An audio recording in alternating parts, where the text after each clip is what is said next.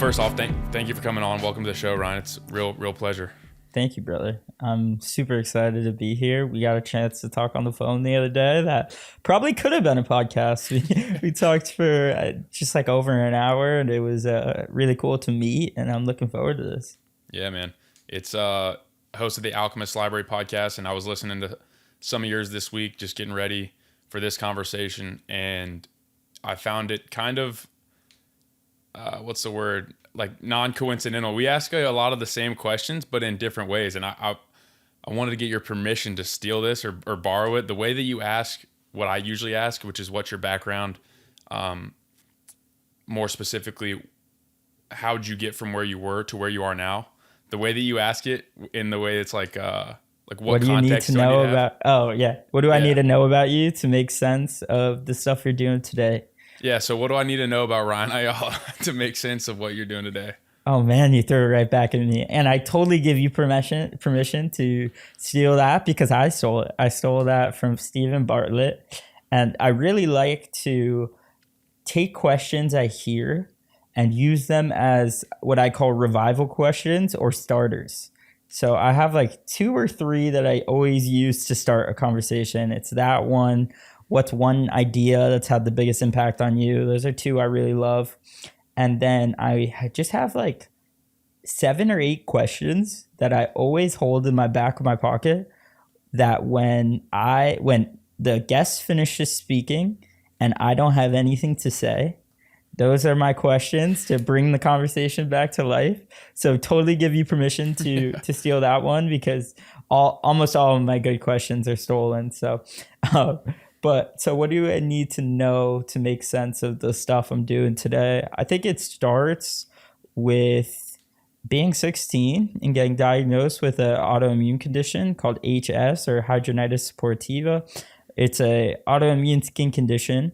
And when I got the diagnosis, what the doctors told me was it's incurable. There's nothing you can do about it. And it's just going to get worse with time. So that freaked me out to no end, but I didn't do anything about it because I took the doctor's word as gospel. And then I'm 19 and I'm a freshman in college, and that it's starting to weigh on me. Like it wasn't affecting my life in a big way, but just the concept of it getting worse and worse. And I would read things online about it ruining people's lives. And I was freaked out. So that deep fear led me to try things. And it was through diet and lifestyle and changing these things that really made me start to focus on learning and self-improvement as a whole. And I really think what's so interesting about changing your diet or changing your lifestyle, really just saying no to your own desires because you want to eat that good tasting food, but you have a goal that is more important than that. What you realize is that when you take away food as something that gives you pleasure, you have to have a sense of emotional control. Or it teaches you emotional control because it sucks.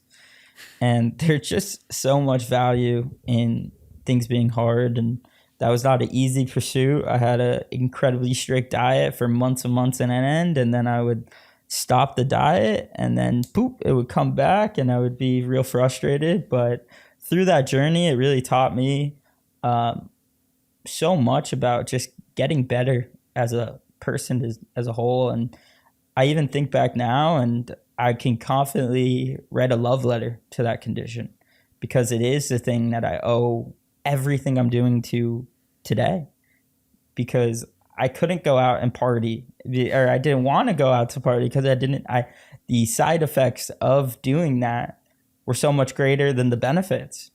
So because of that, it taught me a self-sustainability, and podcast really became a good friend in that time. And guys like Joe Rogan and Aubrey Marcus and Chris Williamson and Mark Bell, they became like friends or mentors at a time. And they really made me feel like I wasn't crazy on this pursuit where everyone around me had such different values than me.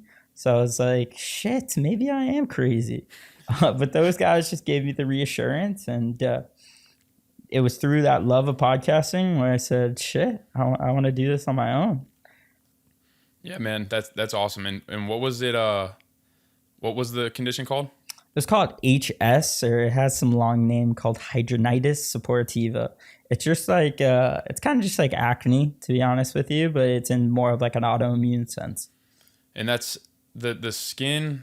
It's the way that I think about that, and it's changed over time. It's like it's a vanity metric in a way, but it's also like it's just the reality of the situation that nobody likes having, like skin in particular. It's like it's the first thing people see, so it can be really what's the word, detrimental, or the impact can be profound on the mental state, because it's literally the first thing that people see. So I think some people frankly maybe know that their diet causes their acne and they just don't care, or like the activities that you're mentioning where they go drink, and well, I mean, everybody knows the negative side effects of drinking, like it's just horrible, but we can argue that another time. One thing I want to mention is you just mentioned 3 podcasters that live in Austin, and we'll talk about this later. the old Austin. I heard you talk to Noah Ryan about that. That's yeah. I'll do my best to sell you on it because I'm moving back there full time here soon. So let's go, dude. I'm looking forward to the pitch. I'll be very easy to convince, I think, because I'm leaning in that direction. Because by definition, doing all these things makes you uncommon. So finding people who are aligned with you, who are also uncommon, is uncommon to find. So to try to kind of pick pockets where those people are easier to find is crucial. Like I was on a plane this morning and I had my journal with me and I was reading back on some old entries. And I made a comment about how few people I have met in real life that are similar to me. And then after saying that, I said, I think this is a really bad thing, because when all the people around you are typical 22, 23-year-olds who like to go out and their values are different than you. So to find those people who push you in the other direction, push you to be better, they're doing things better than you're doing them, and it forces you to get better. I think it's just so important, and I think it's one thing that's really missing from my life. So I think I'm gonna be pretty easy to convince when it comes to Austin. Yeah, man, it sells itself, especially once you spend some time there. I don't know if you've been, but yeah, we can touch on that later. You mentioned the podcast. You started the podcast in college, correct? Yes, sir. What was that like? Because like talking about uncommon, I don't know anybody else that's done that. That's really even done anything close to that in college. What was that like? It was interesting. It allowed me to see 2 things really made the podcasting made clear to me. And I think the first one is having something that you're excited to work hard for changes everything in your life. Like I thought for the longest time, I really missed baseball. I thought that baseball was something I cared about deeply and that was really missing in my life.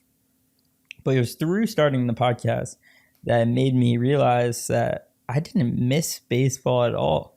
What I missed was having something I was excited to work hard for, and I progressed and I was getting better, and there was a goal. There was a thing I was chasing.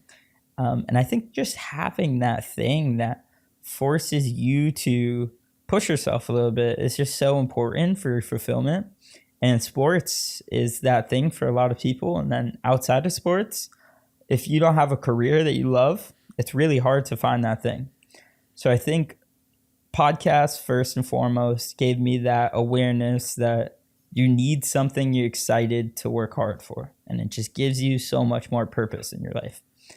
And then the second thing was, the more authentic you are as a person, the more people like you. I was so concerned when I started the podcast that people would judge me or that they would look at me differently for doing this thing, right? And what I learned from that situation is that by being authentic and embracing being the guy with the podcast and the guy who went to bed early on the weekends and ate healthy. I thought it would turn people off from me because our values were different, but it just made people have a respect for me. And I think people sense when people are being authentic or doing things that truly matter to them or that they believe in. And I think people are drawn to that. And the surprising thing for me was how cool everyone thought it was, that I was doing my own thing. And I thought that would be so off-putting to people, that I was being different, but it was the reverse effect. And I think that's just two such good lessons for people, particularly in their 20s or younger people, because we want to fit in, and everyone plays sports or has something when they're young that puts them in this flow state or that they're excited and they're working hard for. And then progressively that goes away for them. So having the conscious awareness that you need something like that where you're working hard and it puts you in that state of flow has just been super crucial for me. And I found that other people have really resonated with that message as well. I resonate very heavily with that. And I didn't start a podcast in college, but the reason I found it interesting that you did is for the exact reason that you mentioned. In college, we're like in this incubation chamber almost of like our friends that we hang out with. And it's, I don't know if this is the case for you. For me, it was where it's like you almost have this identity that they like put onto you. So anything outside of that, it's like, oh shit, that's probably going to be really weird. They might think that's weird, blah, blah, blah, blah, blah. But Brute de Force tweeted something today actually about that exact thing. I don't know if you saw that. It was about No, I didn't. When you try to tame what makes you, people like you less. And I found it to be exactly true what you just said. People 100% crave authenticity. Well, let me backstep. I believe that anybody that I want to be around respects and craves authenticity in the people they're around. So it's almost a good proxy for like deciding who you want to spend time with. Because if they're like, man, that's kind of lame. Like, dude, your first episode, like you had this guy on, that was a shitty episode. Like, okay, dude, I'm not going to hang out with you anymore. You know what I'm saying? You kind of find out who at least is in your corner. So totally. I think that's really cool, man. And you to that point, sorry to cut you off, there's a quote from Dr. Seuss that really brought like a lot of relaxation when I would get a little freaked out before I press publish on that first episode. And it was, those that mind don't matter, and those that matter don't mind. And I think it holds true to almost anything, especially when you're just being yourself. The people that really matter, they never mind that you start the podcast, start the business, quit the job, blah, blah, blah. Or maybe if they do, it's in a loving sense and on a long enough time frame, they won't care. But so often we don't realize that the people who will judge us for this aren't the people that we care about anyway. Exactly. Any Dr. Seuss quote is welcome on the Tyro Experience, dude. That's awesome. It's so simple, but it like that's so profound. Like he put it in a way that's so digestible, but that it sums up everything we just talked about in the most concise way possible. Has your podcasting or maybe your philosophy or the way that you've done it changed since you graduated? I think having it be the main thing has really supercharged the growth in a way. Just I don't really know what it is.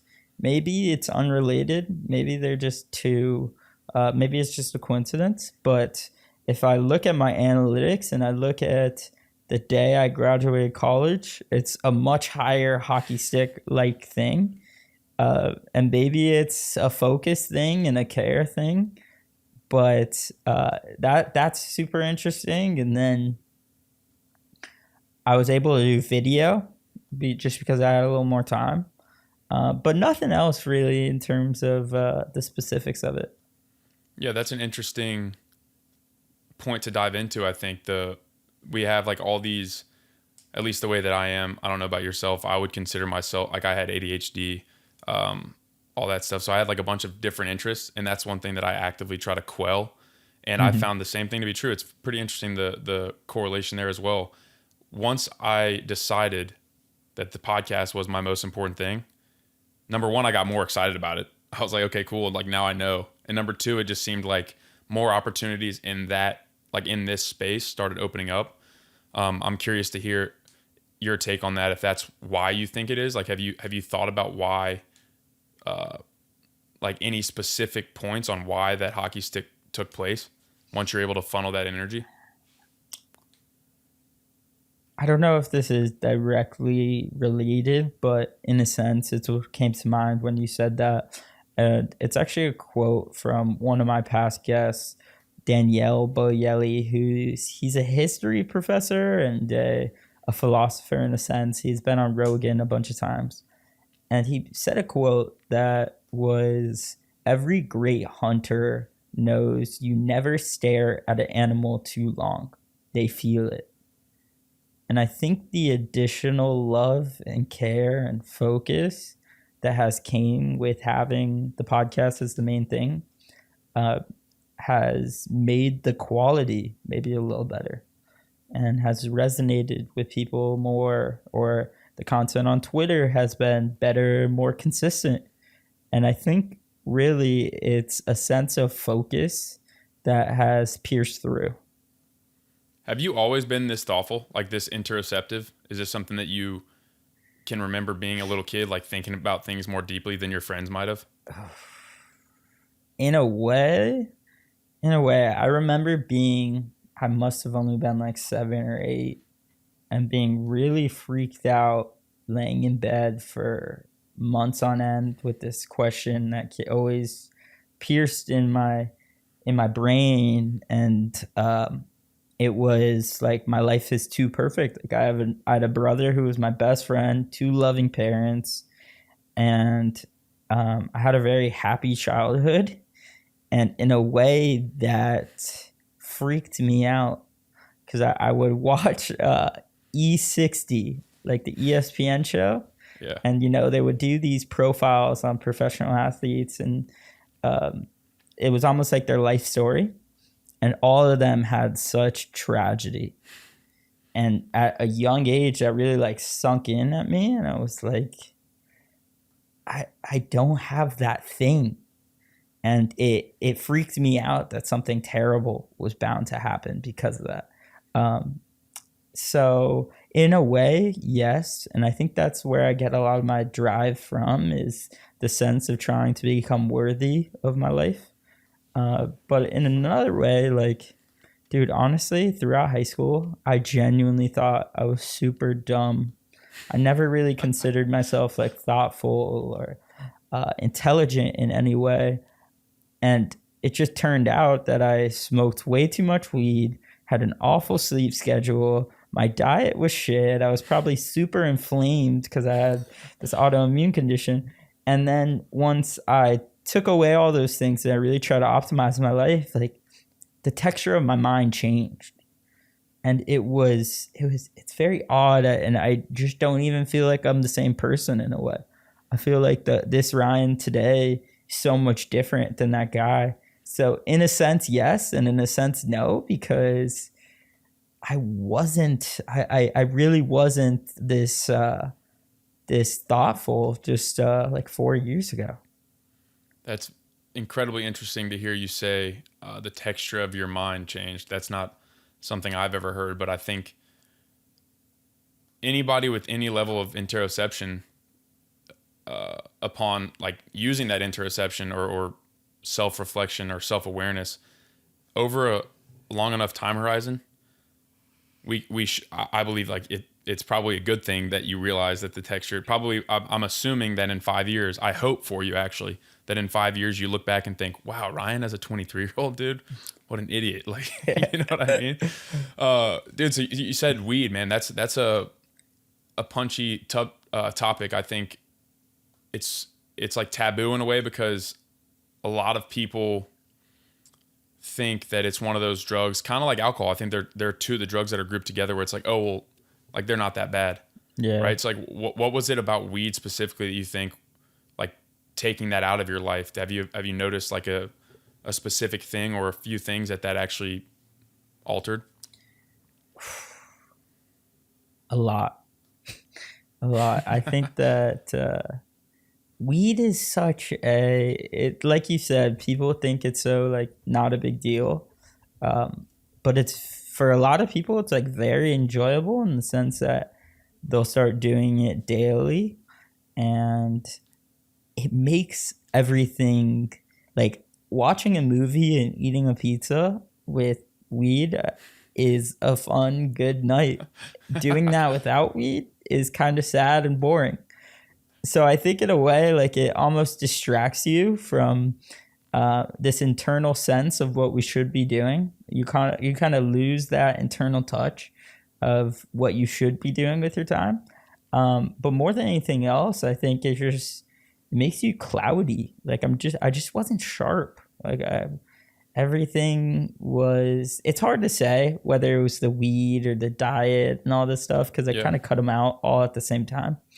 But one thing I know for sure was anxiety. Like we definitely shot up my anxiety and just made me overthink things. And let's say I would think about something on weed and it would make me super, super anxious. Then when I wouldn't be high, that anxiety when you think about that thing still comes up. It's like a trigger. So I think cutting that out from a clarity standpoint, from a like discipline and just getting better standpoint, and then also just from a clear-headed standpoint. I think those are the really three biggest movers. And yeah, it's not something that I'm a huge fan of anymore. And I can't even believe that I was that person for so long because I can't imagine myself doing that as much as I did back then. Yeah. It's crazy to think about. Well, I mean, it goes back to that point. There's a quote. I don't know who said it, so I can't give credit, but it's along the lines of if you don't think yourself 3 years ago was an idiot, you're still an idiot. And That's an I think amazing it's quote. true, man. It's true because like you're sitting here in this position in your life thinking about something that you used to do. And I'm the same way. Like everybody's got their thing. It's just whether or not we take the time to reflect on it and delineate what it is. Did you notice when you stopped smoking weed, did you notice like any immediate reactions afterwards? Like did your body or your mind react in any negative ways immediately afterwards and then it takes some time, or you kind of just immediately felt better? Not negative. I think that more than anything else is like a positive in the sense that like I smoked so much, so it was like I needed something more to do with my time. It's like if you ever fast and you don't realize how much time you spend thinking or eating about food, and once you go on a fast, you're like, what do I do with myself? I have all this time. In a way, it just feels like you have so much more time in your day. And I think that was probably the biggest thing. It made me realize that like, what should I do with myself? Yeah. And I think that led me to reading and learning and focusing on training a little more. But that's probably the biggest thing is that time management. What was I'm assuming you don't consider yourself dumb anymore.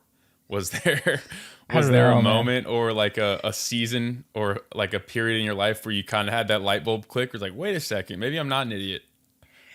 Oh, man, honestly, like I probably in a way still consider myself like that, but I think that it's through looking back at journals. And that was probably the biggest light bulb moment. And even today on the plane, I had this journal, which I've had for probably the last 3 months. And just rereading old things that I wrote, I'm like, this came from my mind. Like this is actually good. Yeah. And I think for a long time, what I would do was I would find a quote that really resonated with me. And then I would just brain dump why it resonated with me. And I did that every day for months on end. And I think by the time I finished that first notebook and I just went back and read it all, I was like, shit, this is like I was proud of myself in a sense. In a way, intellectually, I never had felt that pride. So I think that was probably it, is looking back on old journal entries. And I'm such a fan of people journaling for that reason, one, and just the gratitude you feel looking back at what you were going through or what you were feeling, because we tend to forget the feelings associated with things. And writing those things down, it just allows you to have so much more gratitude in the present moment for what you were feeling, what you were going through, and seeing how you really felt in those moments allows you a look into your past self that next to nobody has. And it's been immensely valuable for myself. And if you ever even want to consider like creating content in the future, looking back at the old journal entries and writing to that person is that's been the most powerful thing. Therein lies the greatest benefit of journaling, in my opinion, because thoughts are so what's the word? They're like in the wind. Elusive? They're like elusive, great word. They're elusive. They're like fake almost. It's like I'm sure you've had this moment where, oh, I need to write that down. You don't write it down, and then you remember, wait, what was it that I needed to write down? Yep, right? So totally. Journaling literally is the physical manifestation of those thoughts. And so 100%. The reason I think I'm not surprised to hear that was one of the things that kind of flipped that switch in your mind, or helped you realize the texture of your mind was changing, is looking back and being like, oh, wait, I did have that thought. And if I had that thought then like, I'm sure I'm having some of these thoughts now. Let me write down. So then in 3, 4, 5 months, 6 months, a year, what I'm so stoked for is kind of the Matthew McConaughey vibe. In 40 years, if I go back and look at my journals, I can't imagine some of the feelings, some of the nostalgia, some of the emotions that arise. Yes, dude, I think about that often as well. That Matthew McConaughey reading Green Lights and seeing his journal entries, it's really just makes you want to journal and keep doing it and doing it consistently. Because, I mean, looking back at a life well lived is immensely gratifying, I think. Yeah, it also gives, the way I look at it is a measuring stick, because if you're honest with yourself when you journal, or if I am in a given time where I'm not feeling too good, which I had a period of my life right after college, before I really found podcasting, for like the better part of a year and a half, where I was like just kind of lost, had no fucking clue what I wanted to do. And I was journaling about, not as consistently as I wish that I would have, but even looking back at some of those journals, I'm like, oh, I was feeling this. Maybe it's because I didn't have something like the podcast, or maybe it's because I wasn't in this environment, or because I was in this environment, etc. So it gives you like a framework to look back at the past experiences that we've had. And I think that's so helpful for moving forward. So yeah, I think I'm a huge proponent of journaling. Green Lights is frankly one of my favorite books of all time. It has to be top 3, right? Dude, I read it twice in 6 months. Yeah, dude, Matthew McConaughey is a legend. Another Austinite, bro. Come on. Shit. You mentioned quotes, man. I mean, quotes are, I probably annoy my friends and my family, just like, oh, that reminds me of a quote, or that reminds me of a. I do that too much on podcasts. I think people, like, I hear myself do it, and I'm like, shit, people probably hate me for this. Well, dude, the thing is, it's like, it's not necessarily stealing. I mean, dude, that's, you kind of said at the beginning, like the questions that you ask are questions that you've heard. That's the same with every question, pretty much every question that any human being has ever asked, right?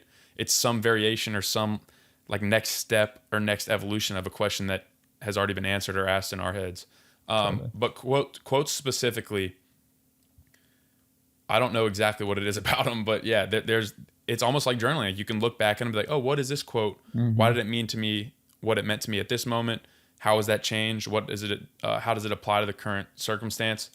And I heard you mention, I don't want to try to say the quote because I'm going to botch it, but I heard you mention a quote, I think in your episode with Peyton Elroy, something about the ocean. You mentioned that it was your favorite or one of your favorite quotes. Do you want to dive into that a little bit? Yeah, you are not a drop in the ocean. You're the ocean in a drop.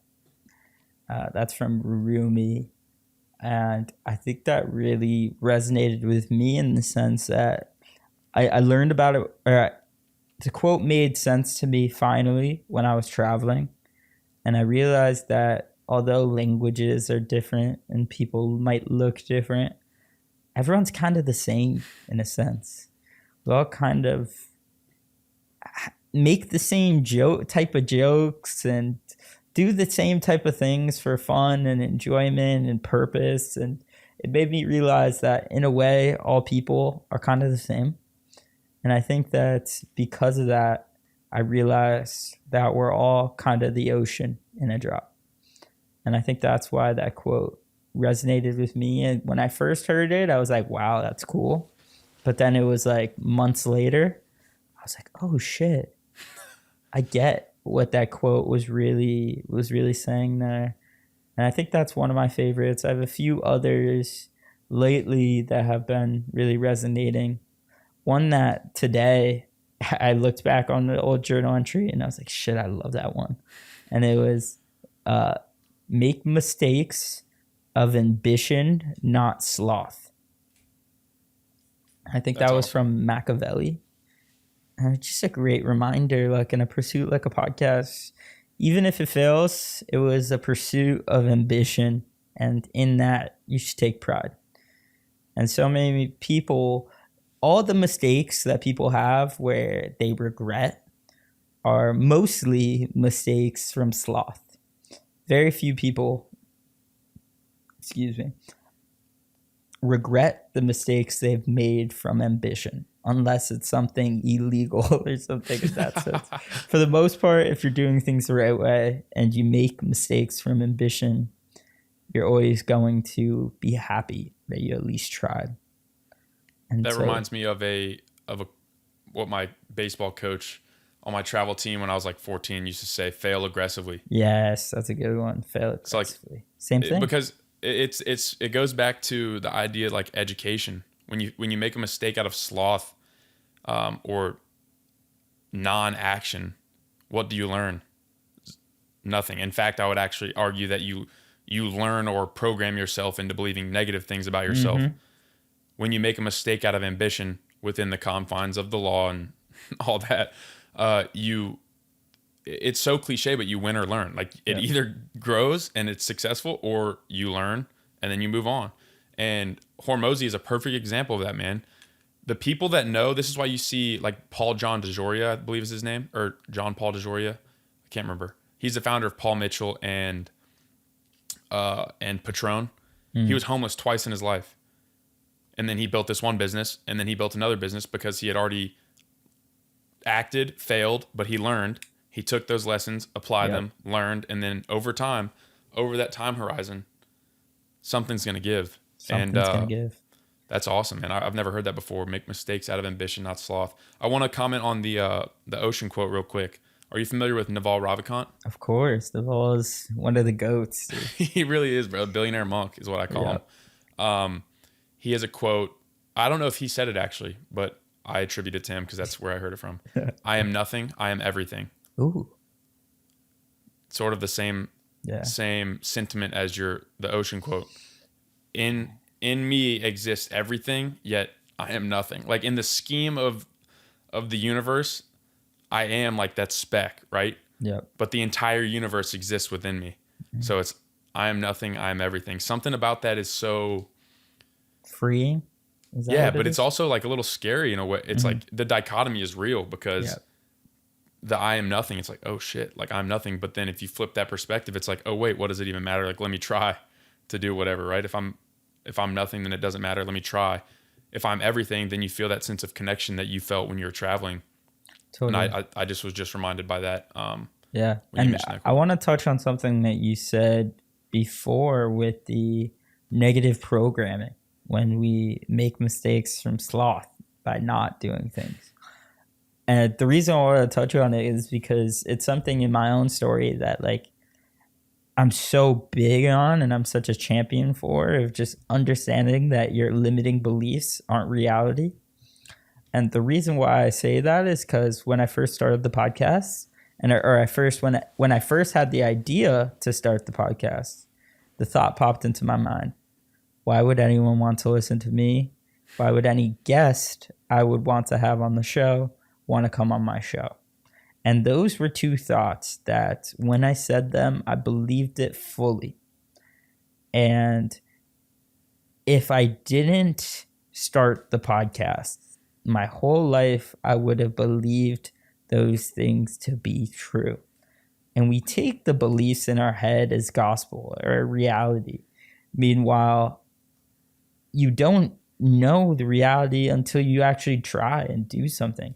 So by making that mistake of sloth, by not doing the thing, you just programmed in your brain that this limiting belief, and you ingrain it in there, and then it's going to foster in other ways as well when you think to do other pursuits, and you have those same type of limiting beliefs. You've never had the experience of having those limiting beliefs and taking action anyway, and then learning, oh, these things aren't true. I don't have to trust my thoughts when I have an idea and the first thought in my brain is that will never work. I don't have to trust that thought. It's so freeing. And I think what you said about the negative programming is so true, because most people go their whole lives without knowing that they're even programmed in that way. And the only way to see that program is when you go up against something and try it. And then you realize, oh, wait, I had this belief. I was listening to a video, or watching a video rather, of Mike Chandler, the MMA fighter. Totally. I had it saved on my phone from like 2 years ago. I have no idea why I came across this video today. But he was talking about how our life is defined by moments. And in those moments, we need to talk to ourselves more than we listen. And when we're listening to those limiting beliefs, it's like, that's like the part of because when you say that out loud, like when you talk to yourself and you say, nobody would want to talk to me, nobody would want to listen to me have conversations. That sounds absurd, right? But for some reason, when it's a little voice in the back of my head, it's like, it's probably right, honestly. But when you say, hey, like I've never done it audibly, but like when I talk back in my mind, I'm like, that's not true. Like that's foolish. So it's like a dialogue almost. And I found it interesting that he said we need to talk to ourselves more than we listen in those moments, because something in humans at large, so many people have died with like an immense amount of doubt, an immense amount of regret. And I don't know why that's programmed into our heads. I don't know why that's the way that we're like brought up in the modern world, but it is. So I think that's a valuable insight you just had. I think it comes from doing the choice that's less safe. And like evolutionarily, we're programmed for safety. So when you do that uncomfortable thing, your mind wants to play with you a little bit, or it makes you want to think that you can't do those things because it's trying to keep you safe. That's only my like working hypothesis with it, but I think it's so true. And it reminds me of what David Goggins, his rule, I think it's called the 1 second rule, where when you're in a very difficult situation, you're in a situation like Hell Week, it only takes 1 second to ruin everything you've worked for. Only 1 second of doubt or of negative thinking to come in and plague everything and ruin everything. Because then when you quit Hell Week and you're in that shower and you're warm again, all you can think about is, I quit. And now that you're comfortable again, you're just like, fuck, what did I do? And then you carry that regret for the rest of your life. So his rule there is kind of like what Michael Chandler was saying. I think it's something along the lines of just like, you got to get through that 1 second, whether that's talking to yourself or just believing that those thoughts will come and go, and that you shouldn't be listening to your mind. It's just such a powerful insight to understand that your thoughts aren't reality, and you sometimes have to not listen to them. Huberman, at least in the context of the cold plunge, he refers to it as walls. And I've sort of extrapolated that into other areas of life, even, for example, running. But the context of walls, he doesn't do timers or anything in the cold plunge, as far as I understand. He tries to get past 5 walls. So the first wall is getting in. Like, I don't want to get in, straight up. Like, okay, get in. Truth. Second wall is going to come. It's like, okay, you could probably get out now. Okay, I'm going to stay in past that one. So on and so forth till the 5th wall. And he's like, okay. Even running. I went on like the longest run of my life the other day, and it's like not very far. I haven't run very often. But in that period of time, there was seconds, like the 1 seconds where it's like, okay, you could walk now. And then I would be like, fuck out of here. No, you can't walk. I'm already on this run. I told myself I was going to finish it. And then that thought wouldn't appear for like another period of time, like a pretty extended period of time. And then I'd have it again and I'd get over it. So it's like a hill almost. Like, you get to that hill, you just get to the other side, and then you go, like, it's downhill, and then it'll come up again. Life is cyclical. But it is that 1 second. And the more 1 seconds that you make the ambitious decision or the ambitious mistake, the more 1 seconds that you can look at and not be fearful of. Like, it's no longer a Goliath that it seems to be. That's why I think David Goggins is enlightened or close to it, because he's been through so many of those cycles where you have the negative thought pop in, and you say, I'm not listening to you, and you keep going. And it's like a meditation in the sense of a really hard thing. And through that, it's almost the purest form of meditation. And I think a good example of this, where he learned this for the first time, is he ran 100 miles being like this bodybuilder who never ran. And he said his body was broken by mile 70. And he was peeing blood down his leg. He thought there was nothing in him left. I think he pooped himself too, if I'm not mistaken. Oh, he pooped himself, I think, like multiple times. He was a mess. He thought he was broken. He thought there was no way he will finish the race. But he told himself, like, we're not quitting. We're either dying or finishing this race. And he finished his race. And he said that in that moment, he learned that everything's fake. Your mind is just not real. You think you're done. You think you can't keep going, but it's fake. It's fake. And if you hear Goggins speak, it's so interesting because so many of his things, so many of his insights are so profound, but they've came through struggle. They didn't even come through study. Like, he is one of the few people, I don't even think he could read or write when he was in high school. Yeah. But yet he has these insights that are so deep and so profound. And it reminds me of something that Jocko Willink said in his podcast with Chris Williamson, talking about his relationship with Jordan Peterson. He said the most interesting thing about him and Jordan Peterson is that philosophically, they're almost perfectly aligned, but Jocko's lessons have came through war, and Jordan's lessons have came through study. And he didn't mean that to undermine the things that Jordan said. He was just saying it's a curious thing or an interesting thing that the biggest lessons he learned in life, Jordan Peterson came to those exact same conclusions in an entirely different way. And it's just so interesting how through hard things and through challenge, you can learn so much about life and how to live a meaningful one. It's powerful. Very powerful. I don't think the human condition is unique.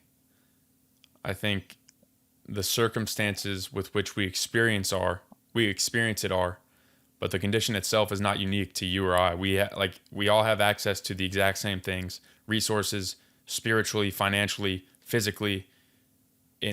Every resource is the same in theory, I guess. Yeah, the ocean and the drop. Exactly. I mean, that's exactly applicable in this, because those two dudes probably lived some of the most different lives. Yeah, bro. Jordan Peterson's a damn psychologist from like rural Canada and is skinny and frail and has dealt with all these issues and learned about all these things through study and psychology and reading the most profound thinkers of our time and many times before. Jocko Willink learned those things through going through like the worst thing a human being can go through, which is war. So It's another one of the Jocko Willink. I mean, if you know anything about him, he talks about dichotomies. I was recently told by my dad that I use that word too much, but I do love that word because it is the dichotomy. It's like two things that are seemingly unrelated, but actually are entirely intertwined. That's a fascinating insight. And you mentioned the limiting beliefs when you were starting a podcast, and I want to kind of harken in on that or dial in on that a little bit. Nobody's going to listen to me. Why would anybody want to come on the show? One thing that helped me, and I want to get your take on this, but I want to lay out how I viewed it. I started the podcast as a selfish endeavor, like fully, 100%.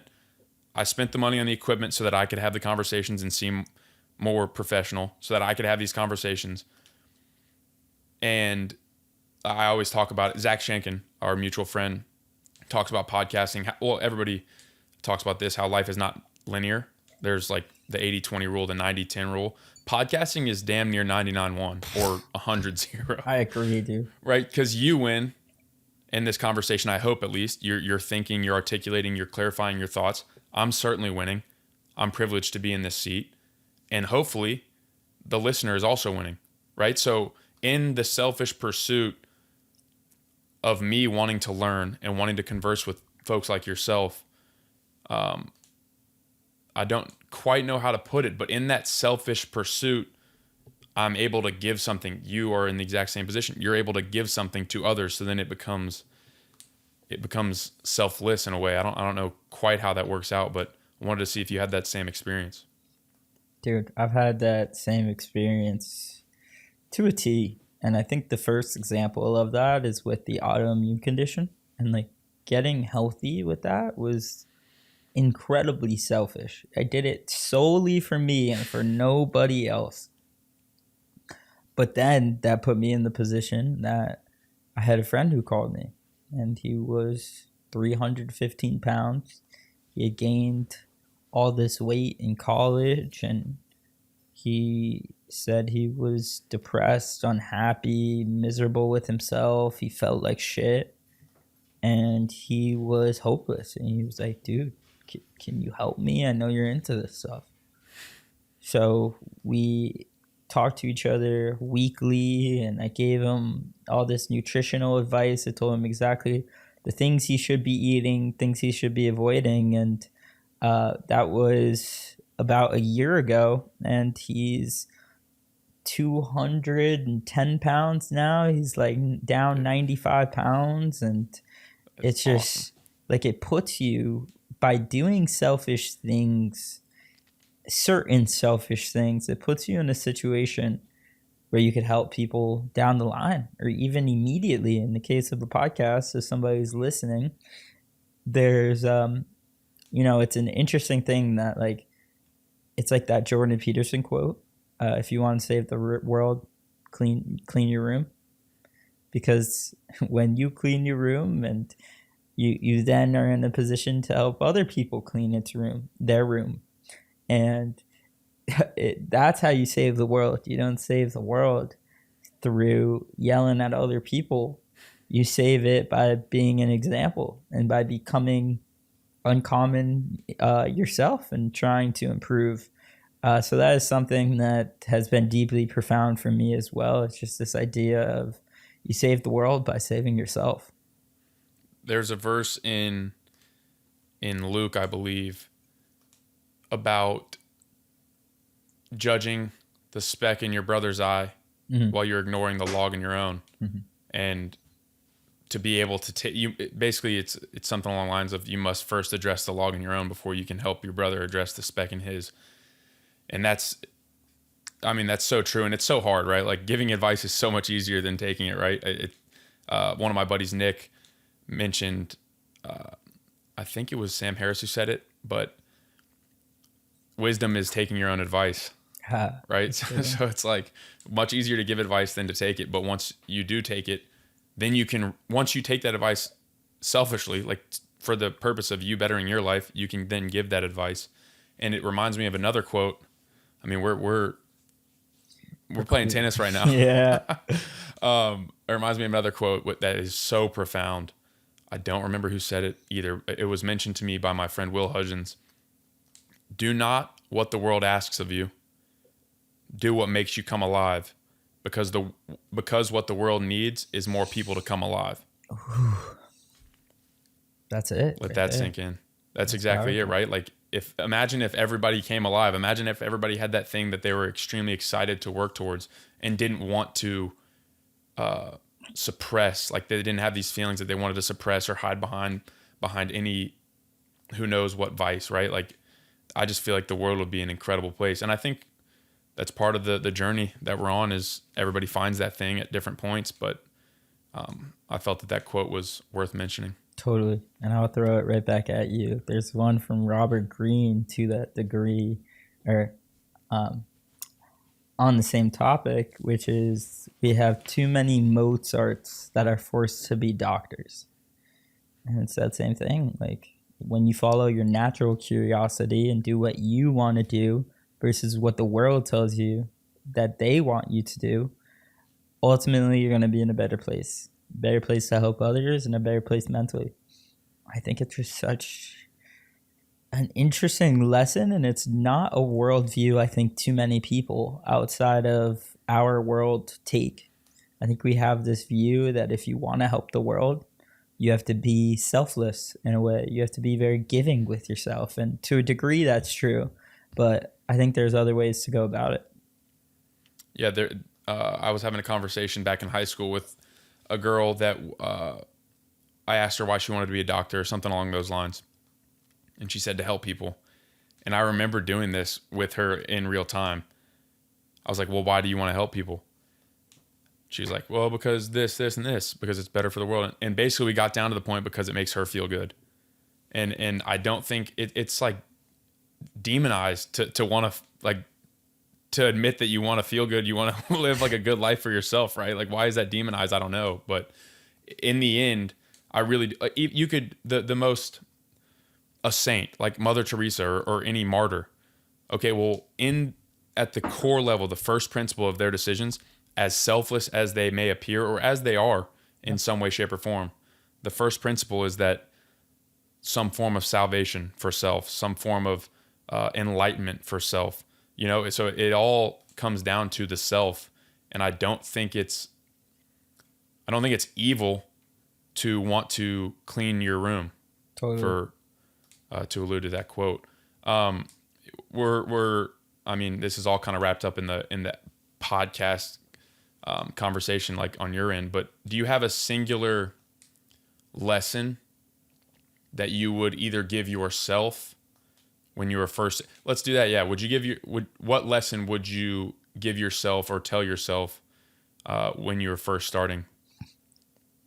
The advice is going to be something that was given to me, I think, on episode 6, when I asked a fellow podcaster what advice they would give me or what advice they wish they knew when they were getting started. And the advice was keep it simple. Keep it simple on yourself, because the real growth or the real compound interest, like we said earlier in this conversation, comes from staying in the game. You have to stay in the game long enough to have that one episode that breaks free and grows the podcast, or has more listens in that one episode than you had in all the other ones combined, right? And it takes time, and it takes a lot of time to get to that point. So by keeping it simple for yourself, keeping it simple enough for you to just keep going is everything. And I think when I first got started, I wanted to do 1 million podcast clips, and I wanted to do all of these things to try to grow the show, or try to make the show better in some way. And ultimately, I kept focusing on this advice of keeping it simple. And when I was balancing school and the podcast and just life in general, it was really hard to do all of those things. So by just keeping it simple, and for a while I just did audio, I didn't do video, and that was so helpful. And it just kept me going, and it allowed me to stay in the game. So I think keeping it simple enough for you to keep going has to be the biggest thing, because you're just going to get better as a host. The guests are just going to keep getting better. You're just going to have more confidence. You're going to start making connections with people. Everything just stacks up on top of each other. So the real game is in staying in the game. So finding ways to do that and really using that as your guiding light and not trying to make things too hard on yourself is probably the best advice I would give people who are either starting a podcast or early in the game. Phenomenal advice, and I wish that you were guest number one, because that's something that I dealt with as well. Perhaps that's another protective mechanism, because for me, for example, I was like, the equipment. Well, if I'm going to do it, I want it to be professional. Facts. So it's like, oh, well, I got to spend like $600. And then I talked to a dude 2 weeks ago who started with his police recorder in a basement with his buddy, and now he's 100 episodes deep and interviewing best-selling authors. Unbelievable, right? You know what's crazy about that is that mic that you have is the mic that I had for like my first 65 episodes, and it's like this $65 Samsung Q2U, I think it's called. But Tim Ferriss still uses that, and he has close to 1 billion downloads, and he just uses a $65 microphone, and he doesn't even do video for most of his podcasts. It's like, you really don't need as much as you think you need. It's remarkable. Like, and I really do think, now that I say that, I think it's a protective mechanism, because it's one more way for you to justify not doing it. Or for me, I don't want to speak for you. Like, this is one way that I was subconsciously trying to justify not doing it, not taking that step. And we're talking about in the context of podcasting, and I don't want to tell people this, but my interpretation is that this could be applicable to literally anything in life. I agree. It's you want to start that business. Okay, well, you don't need to have your 10-year, like what you're going to do in year 10 figured out. Like, you literally just need to create the product. Totally. Okay, right? You want to go ask that girl out. You don't need to think about if you're going to get engaged, right? Like, you just need to go talk to her, right?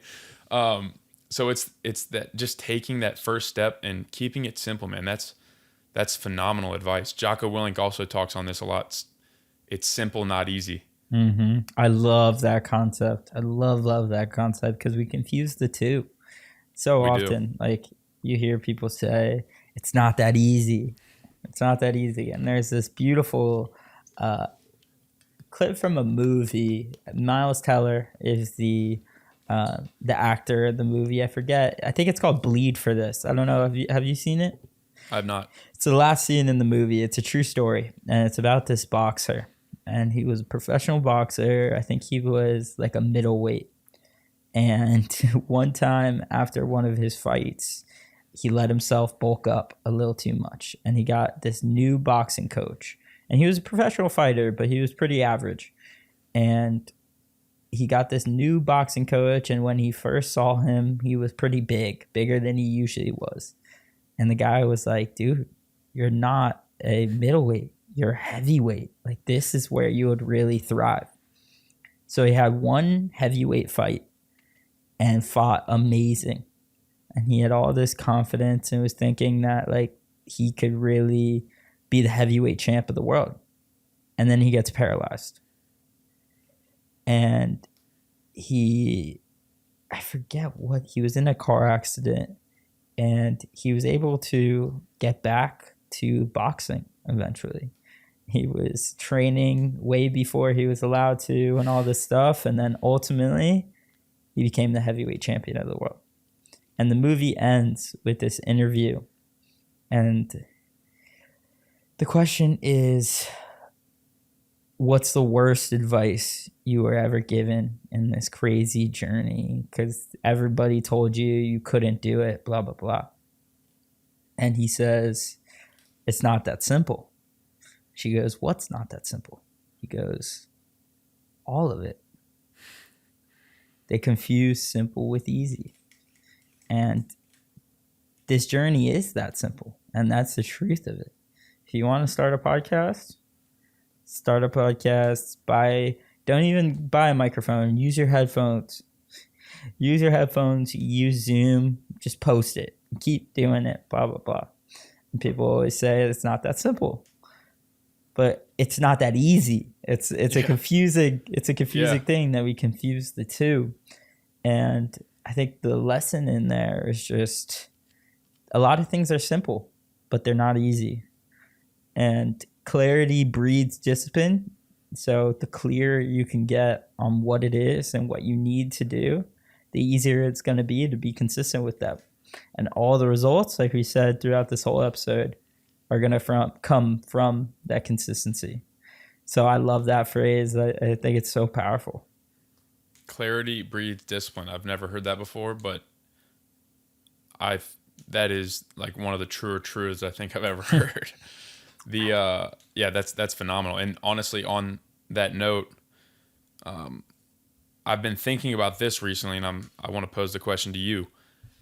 If there were one truth that was the truest of them all, what would that be? What would be the truest thing?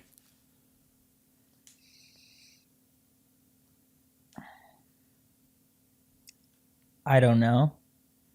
And both, I don't know the answer, and maybe the answer is I don't know.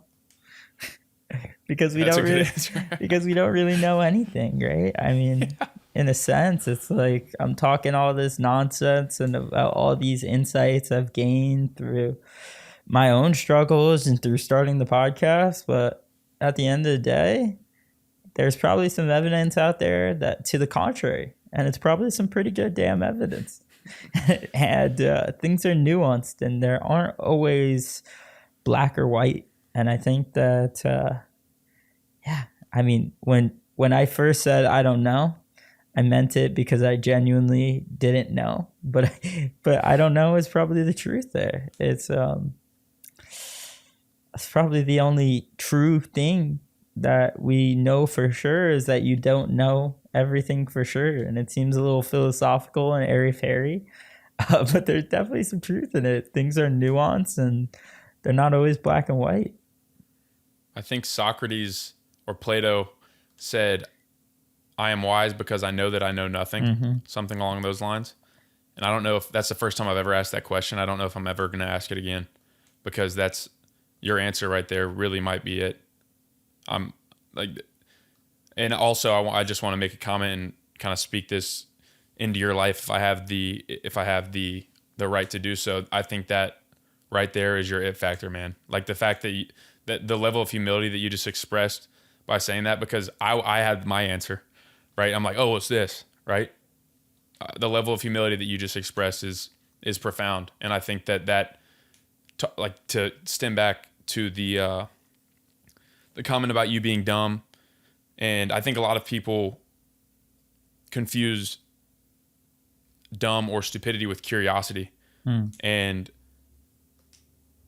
right there you can tell that you're curious, man. And I want to thank you for giving that answer. I don't know if that was like it doesn't sound like it was your intention, but that's profound, man. Like, I don't know, and I always joke with myself, like I call myself an idiot. Like, I don't think I'm dumb, like, full candor, but me and my brother always joke, and we got it from Joe Rogan because he calls himself a moron all the time. All the time. And this guy has the most influence of anybody in the entire world and is worth hundreds of millions of dollars. And like, so he has all these things, right? And he calls himself a moron. So what I always say is the smartest person in the room thinks they know everything. And it's like, who the fuck wants to think they know everything? Right? Nobody, not me. I literally think in the scheme of things, I'm an idiot. Like, I don't know anything. So I want to thank you for saying, yeah, dude, for responding that way. I really appreciate that. And I don't think it's I mean, it goes back to that autoimmune thing. Like, getting that word from that doctor and them saying it as such a fact to a 16-year-old who later will come to realize that that wasn't fact. I think that just really cemented that idea in my brain. And to your point about Joe Rogan, and his curiosity is a superpower. I mean, there's a meme out there, and I love it because I think it perfectly encapsulates this aspect of Joe. And it was like, there's a quote, and it was like 9 out of 10 doctors recommend Quest, or recommend, what is that toothpaste? Colgate.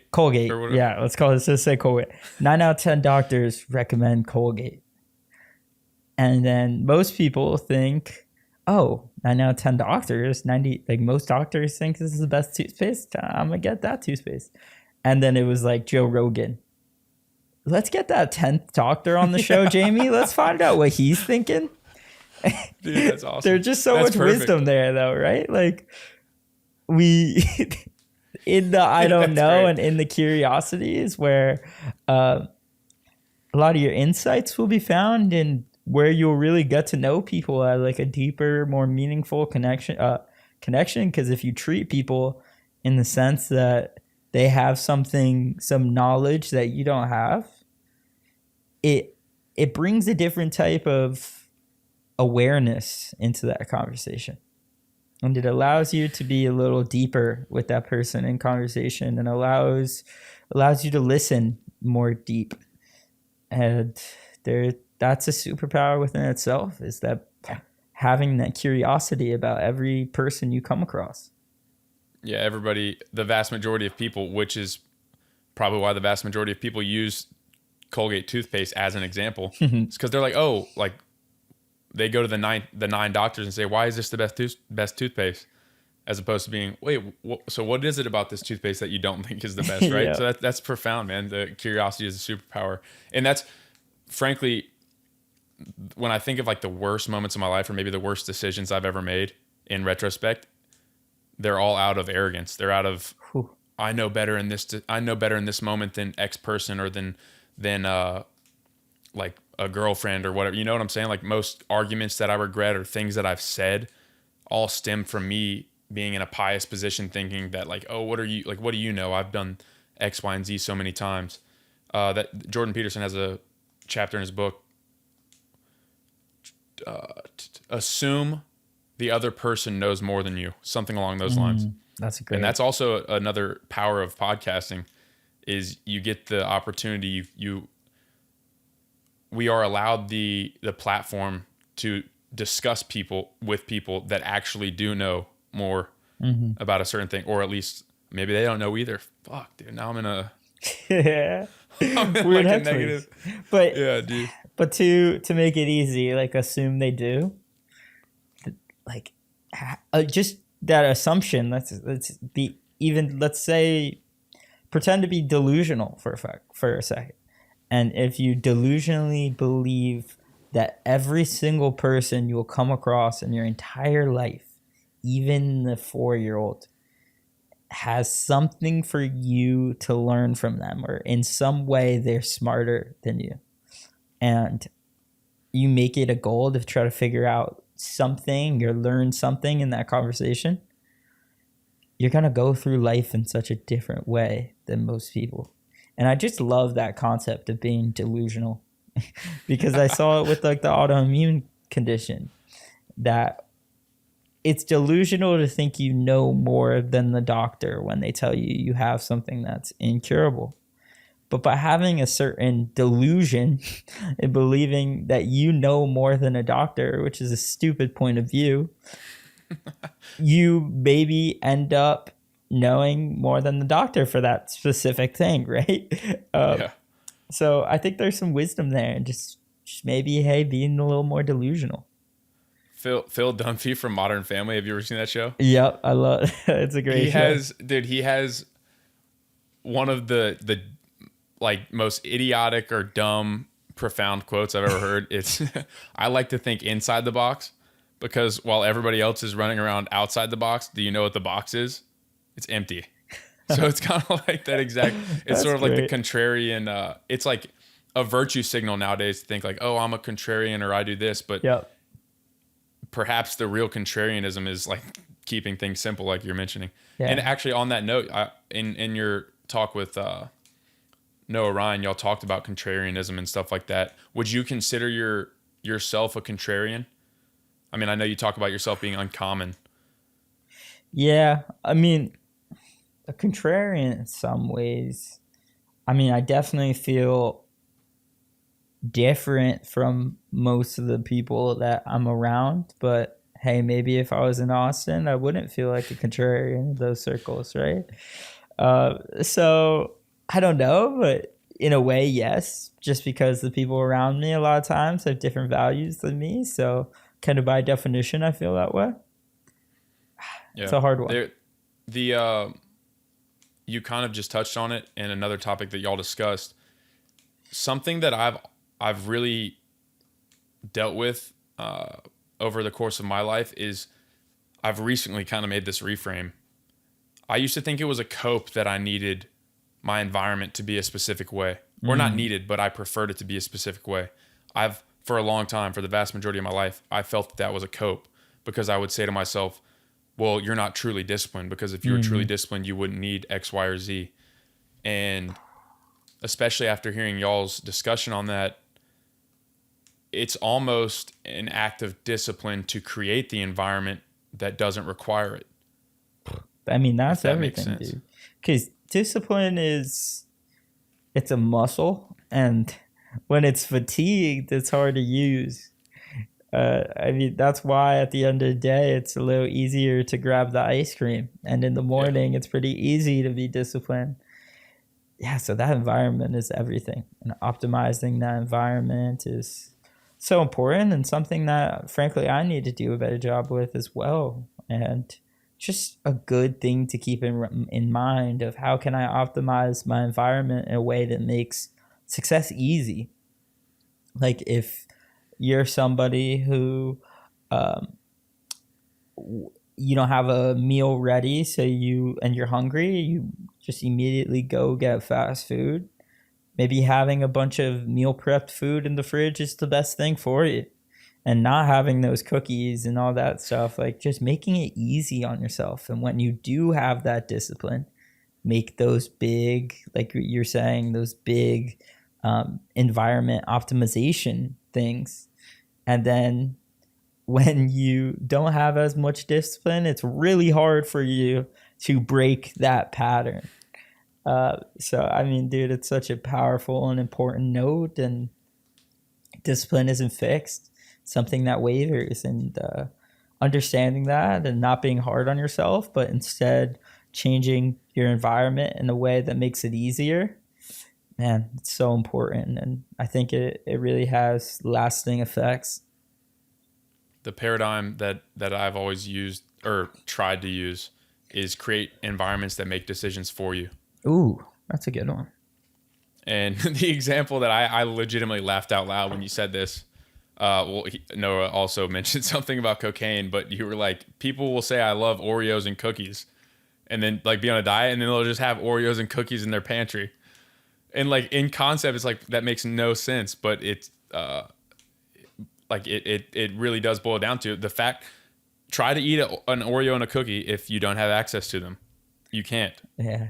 Right. So it definitely is worth pondering on, at least. And on that note, I would be curious to hear your take on this as well. Like, do you have a specific moment in your life or season of your life thus far that you felt like in the most flow? And if so, do you, upon reflection, do you have, was the environment more curated towards making those decisions for you? To be honest, dude, I don't think I've ever really been in that environment in the sense of other people. Like, I haven't really ever been in that environment where the people around me also are aligned with that vision. But the time I was most in flow, I think it was the start of the podcast, where you have all this excitement and everything is new and everything is so big. Like if we're having a conversation and the stakes feel so high, and there's just like a focused energy that everything brings out of you, and then you finish recording and you're like so excited to edit because everything's new and novel, and you want to see how it comes out, and you're taking a lot of pride in it. So I think that beginning stages of the podcast gave me the most flow and really felt that way. But I mean, dude, there's those moments, right, in baseball when you're Oh yeah.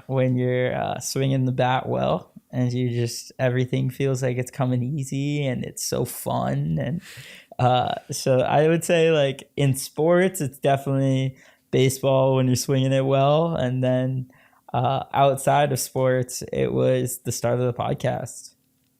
That's awesome. That's a great correlation, dude. I remember, uh, yeah, I actually became a pitcher in college because I just forgot how to hit. Oh no. Dude, and talk about a bad headspace to be in, man. I went, like, I want to say my sophomore fall. I was a catcher at that point still in college, and I think I went 0 for 17 with 11 Ks. Talk about hard things, man. Mental toughness. That really Leaving the park every day, like, dude, what am I doing? Luckily, I had a decent enough arm, and they let me get on the mound. But yeah, talk about the opposite of flow state. Oh yeah. I would say that's like the most opposite of flow I've ever been in. Isn't that interesting though? Like, I wonder if you have this the same mindset with this, but having learned so much of the stuff I've learned since finishing playing baseball, it makes me wish I had this knowledge while I was playing, because I think I would have had so many better tools to cope when you're 0 for 17 with 11 Ks, like doing these things and seeking out this knowledge, particularly stoicism, I think is really powerful for this topic. But there's just so much you can learn that is so applicable in like the sports setting.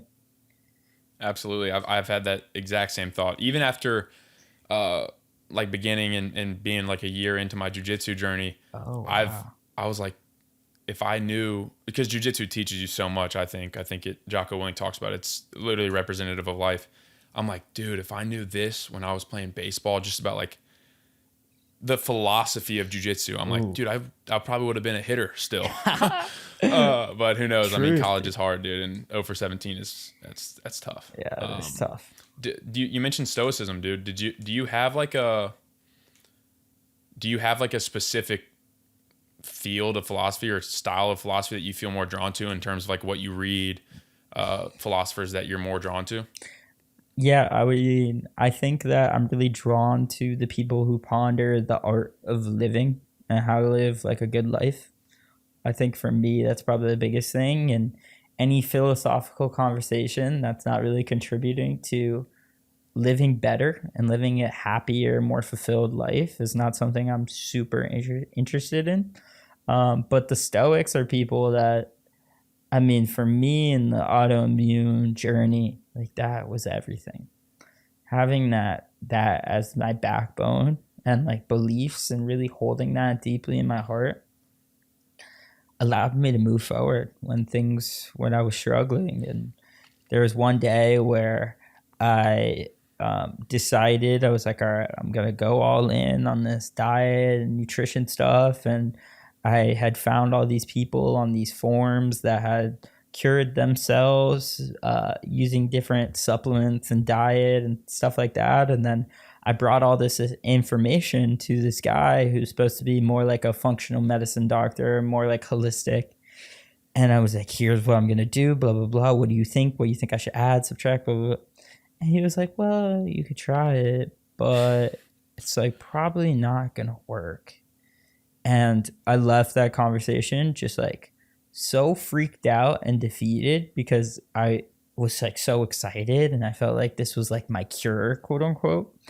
And I remember being in my room, being in such a bad headspace, thinking that this is something I'm going to have for the rest of my life. It's going to get worse and worse. I'm like, never going to be able to have a girlfriend. Like all these just negative thoughts that run through your head. And I couldn't get them to stop. I couldn't get it to turn off. And I remember seeing this book, The Obstacle is the Way. I wasn't really a big reader at that time. It was really the start of the self-improvement journey. But I bought the audio book of The Obstacle is the Way, and I went for a walk to try to get myself out of this headspace. And it was in that I realized that the obstacle is the way. And that there's just so much wisdom that you can extract from hard things, or from things as you view to be roadblocks when in reality they're the things that supercharge you or just make you better in some sense. And ultimately, that's why the podcast is called the Alchemist Library, because this process of alchemy is about turning lead to gold, turning a situation or you as a person from this thing that isn't great into this thing that's spectacular.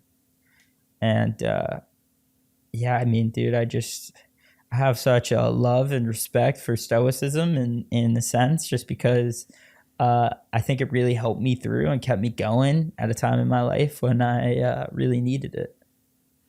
Profound, dude. I think I didn't know this about you in terms of the autoimmune disorder, but it definitely, you can tell that it has helped shape you into who you are now. And the phrase that you used, I've never heard before. I would write a love letter. That's I awesome, have. dude. I mean, dude, I have.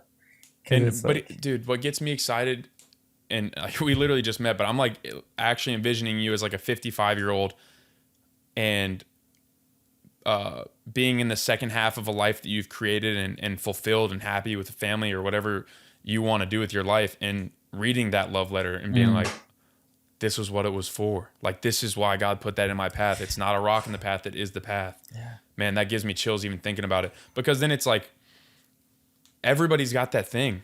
Literally everybody's got that thing that it's like right now it seems so monstrous, so monumental, such a high wall.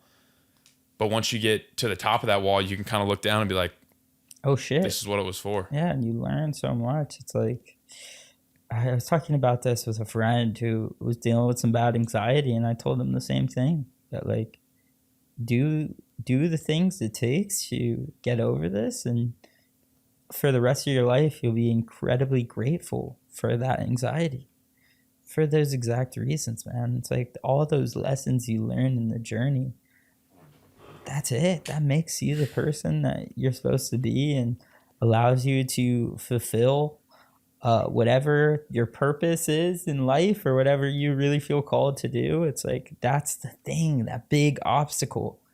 It's within that. There's something there.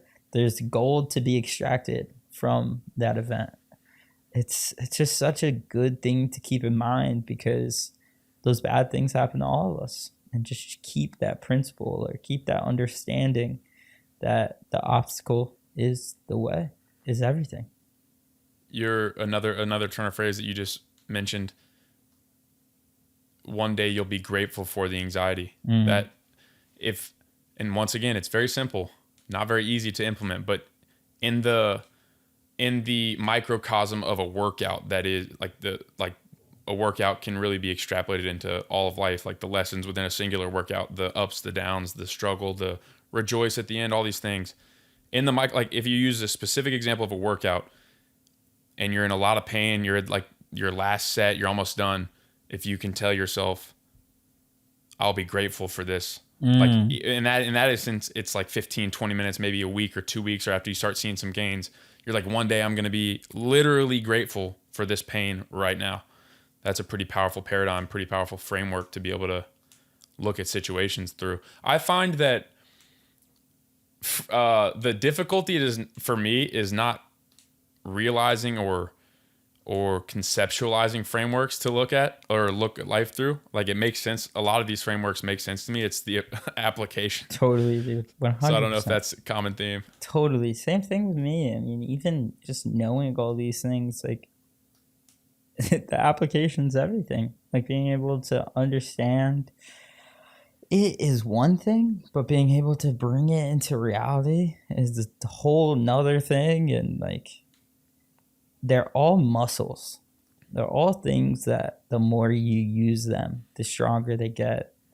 And I think discipline is so applicable in the sense of the more disciplined you are, the more it breeds discipline.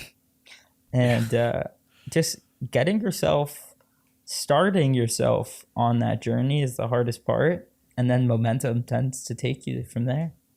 And like, that was the exact word I was going to use.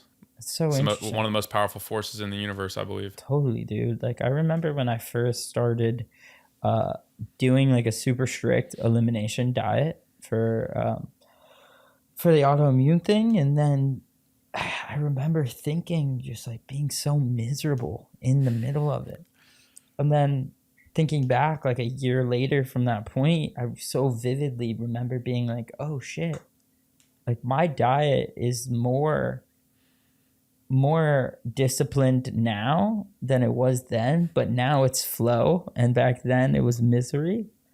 And it's just solely time. Like it just, that discipline is a muscle, and it just gets easier and easier with each use. And I think David Goggins is a guy who's mastered it. We talked about him a little in this episode already, but when you talk about a guy who just realized that discipline's a muscle, and to keep going in that direction, it's not something that happens overnight, but then you wake up one morning and you're just a totally different person. It's just something to keep in mind, that momentum is everything. Yeah, and David Goggins doesn't theorize much anymore, I believe. That's I a think great quote. He has actualized those theories. Like, he has lived through the fact that he has quite literally conquered his mind in, perhaps not over the entire time horizon of his life, but in moments, he has literally conquered his mind. It's not a theory like, oh, you can do this, you can, all this like fugazi self-help stuff. Like, no, he has literally conquered his mind in moments, which is in a way, like you mentioned, he's perhaps enlightened in one way or another. And you mentioned, I was going to ask, but you kind of answered it in one of your previous comments, the Alchemist library. You mentioned why you named it that. What's your like mission with your podcast? Like what's the purpose of it? It can be for you, for anybody. What's the mission behind the Alchemist library? Because it kind of goes back in a way, when I first started it goes back in the way with what we were saying before about like being selfish, becoming selfless, and those selfish pursuits are ultimately the things that help a lot of people in a way. But I think it's kind of evolved to me wanting to be a servant to the audience in a way, or wanting to just help people. And I think it first started when I got a few DMs of people saying they like the podcast, or it's been instrumental for them in some way. And seeing those messages makes you realize that like, it's not about you. It's not about you having these conversations. It's about what these conversations can bring for other people. So, I think this is something I'm really just first starting to try hone in on, but servant mentality, or just this concept of giving yourself to the audience in whichever way that would be best for them. So like I was thinking about doing like a free podcasting course of like everything I've learned through the podcast, and just making that free. Just because I've got a lot of DMs from people like, hey, I'm starting a podcast, any advice, blah, blah, blah. So being of service is like what I really am trying to accomplish right now. And I'm pretty bad when it comes to like making these big grand goals. So trying to stay away from that side of things, and just really trying to focus on continuing to serve. Well put, man. And that's the kind of what we're talking about. Like, this is what makes you come alive, and what the world needs is more people to do what makes them come alive. Right. So like, Yeah. You doing the thing, like, cause I'm not talking down on, let's use the Mozart and doctor example. If you are a Mozart, you would be doing the world a disservice by becoming a doctor. And I'm obviously not downgrading doctors. I'm just saying, in the context of your life or my life or anybody's life, not doing what you feel compelled to do is a disservice. So doing what you do feel compelled to do, and the mission that comes along with that is the act of service. And this is one of those things about podcasting. I know it's like kind of cliche, two podcasters talking about podcasting on a podcast. about how powerful podcasting is, but it really is like a 99-1 thing. Like there's no downside to you having these conversations. You win. The guest wins. Me as a listener wins, because then and if you do this course, like it's just more access to more information that can help these other people get better. Find and, yeah, exactly. Well, it can help them find and actualize what makes them come alive, right? So it's a cool, it's like cyclical almost. It's like you're helping yourself by doing it, and by doing it you're helping others, which helps yourself. It's a cool cyclical, the cyclicality of life is never ceases to amaze me. Beautiful. I heard you mention, this is somebody that not a lot of people that I've spoken to know about, but I've heard you mention Laird Hamilton before. Are you a fan of Laird Hamilton? Yeah. I really enjoyed his episode with Joe Rogan, but I love XBT. Like the breathwork stuff that he does is really interesting and cool. And I'm just a big fan of people who live in accordance with nature and do it in a fun, cool way. And I think he's such a good example of that, of a guy who's working out and training, but he's doing it all in the sun, and he's getting in the cold, getting in the heat, eating a cool diet that's just like, it's not super strict, but it's just real food. So I think he's just a really cool role model for people ultimately, and definitely a fan of his. And his episode with Rogan is probably one of my favorite podcast episodes 5 of all time. Yeah, like every podcast I've ever listened to, I think that guy is a literal legend that like living amongst us. He speaks about Donahue Wildman in that podcast. Do you no, I don't part? know. I don't remember that part. So Donahue Wildman was he passed away, but I mean, I get goosebumps even thinking about this guy, bro. He was 85 years old when he passed away. The year that he died, he snowboarded. I want to say the number I remember is like 7 times from helicopters. Like, so he went snowboarding, he went surfing, he played golf, he worked out as an 85-year-old. And talk about limiting beliefs, right? Like, totally. Are you kidding me, man? That's like the life that I want to live in that regard. Be an 85-year-old and snowboarding from a helicopter. Yeah. Like, that's crazy to me. And the reason that I'm reminded of that is limiting belief that people have in terms of age. It's like, oh, I'm old, I can't do that. Do you know what Donahue Wildman would do? Do it despite or because he had that thought? He would only hang out with young people because old people made him feel old. So he would just hang out with Laird Hamilton. That's a great concept. It's an important concept. Exactly. So, I mean, dude, I had to bring that up because not a lot of people, at least that I've spoken to, have the same reverence that I do for Laird Hamilton. Like, he really is a role model. That's a good word. And also the guy just surfs like 4 hours a day, which is pretty awesome. gnarly. Dude, so cool. Yeah, that's awesome. I love people who, like, I'm somebody who wants to accomplish a lot in life, but I want to do it in a way that's like fun. And it's probably like a cop out in some way if we psychoanalyze it, but doing things that you enjoy and having that every day be something that you love is something I really try to prioritize. And I think there's very few people, even people on the internet who are killing it, they still are suffering through their work, and it's not like fun and exciting. And obviously part of the fun and excitement is doing it when it's not fun and exciting. But there's an interesting balance there of living life to the fullest versus being glued to a computer screen for 8 hours a day. And I think Laird's just such a good example of someone who's been able to make a big impact and do really cool things, but also just surf 4 hours a day and get 2-hour workouts in and go in the sauna and cold and hang out with his friends and not sacrifice his life for some book that he's trying to write or something along those lines. Like, being able to merge those two things together is something I really admire about him.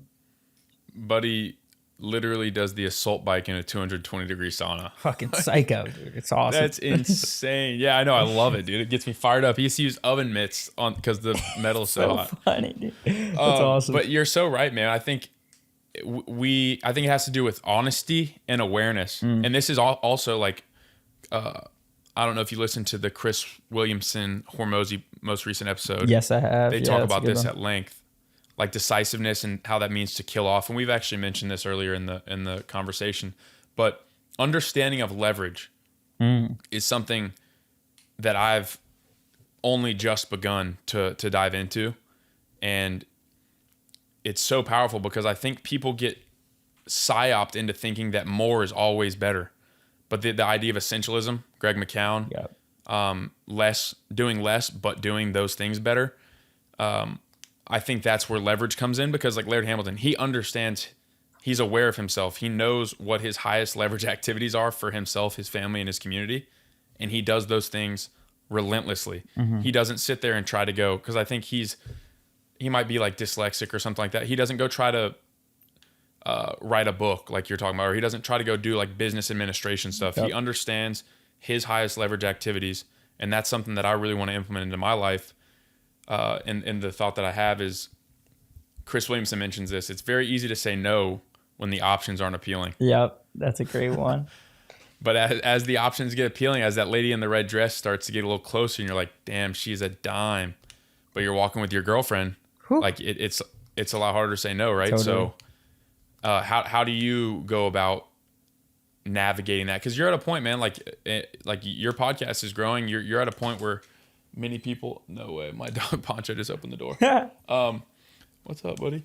You're at a point where you're having people DM you. I'm sure you have many opportunities, whether that be business or podcast opportunities, whatever.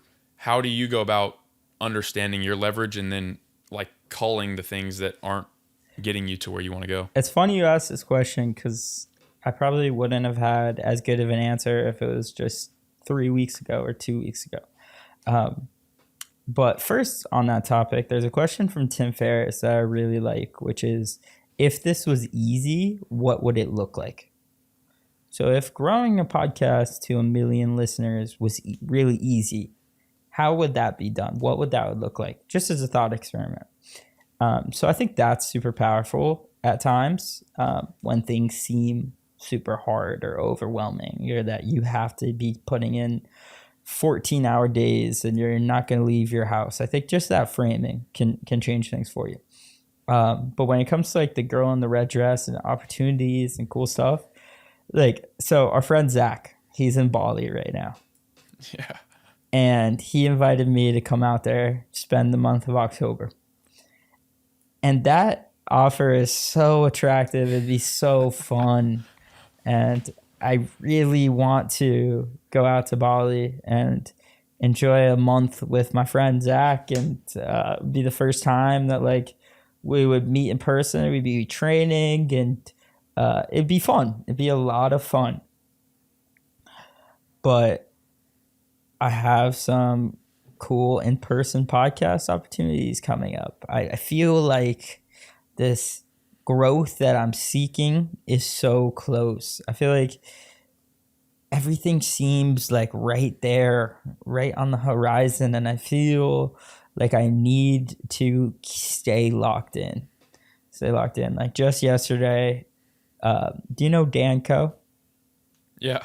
Danco got back to me and he was like, yo, let's do an in-person podcast. Guess what, man? Guess where he lives? He lives in Scottsdale. Wait, what? Wait, bro. Oh, dude, who told me that he lives in Austin? Somebody told me somebody told me he met up with him in Austin. I was under the impression he lived there because I wish that would have been cool. I would have loved to come out to Austin for an in-person one. Yeah, well, I feel like an idiot. So are you going out to Scottsdale? Going out to Scottsdale to see him, but that's like something that I wouldn't have been able to do if I had that commitment with Zach, you know? So, like these opportunities and these things that like seem really fun, like a Bali trip, like in a way, it goes back to that layered thing. Like maybe I should just go to Bali and that would be fun. And that's like, and live my life a little bit, not focus on this, but it's a dichotomy to balance, using your word from before. Yeah, And my word. yeah, but I think that understanding that there's times where you need to sprint, and there's times when you need to walk and enjoy things a little more. And how cool it would be, or how fun it would be to be in Bali. That would be a great trip, but I think I'm in a period of time where I need to sprint for a little bit, and I need to do 3 podcasts a week, and I need to grind a little bit and wake up early and just do it and just get after it. And then maybe the month of November, I could walk a little more and enjoy myself, and maybe go to Austin with the boys, and And then sprint a little more. and then sprint a little more. But I think understanding that there's periods or seasons of your life is super important. And in weighing what to do, understanding what period of life you're in allows you to have a different perspective, or a better perspective, in understanding what the right choice would be. So I think when it comes to the girl in the red dress analogy, what season of life are you in? It's like when McConaughey, there's a story in that book, Green Lights, where he was like, I'm going to just be a hedonist and go live in LA and spend a shit ton of money and go out all the time. But he did it very consciously and very intentionally, with the understanding that this was a hedonistic sprint in his life. And then he was going to go be a little more like a monk after that. But just understanding there's a time and a place for things, I think, is super important to understand how to balance some of these type of questions and opportunities. And I think I wouldn't have had that perspective or that awareness even just a few weeks ago. But in really trying to figure out, like, should I go to Bali? I came to these type of conclusions. So it's funny you brought it up. It's funny you bring that up, because I've had a Europe trip not scheduled, but me and a couple buddies have talked about a Europe trip the month of October as well for a long time, like better part of the entire year. And it wasn't until last week that I was like, fellas, I have to pull the plug on this. For the exact same reasons you just mentioned. I just feel like right now there's things that I need to do where the sprint, and I feel that my energy and my strength is building up to be able to do that sprint, right? Yeah. So I feel like if I took it off, I'm not saying I don't want to go to Europe ever, but I just don't think like right now is the best time. And it's strange, the correlation, because it's the exact same thing. I feel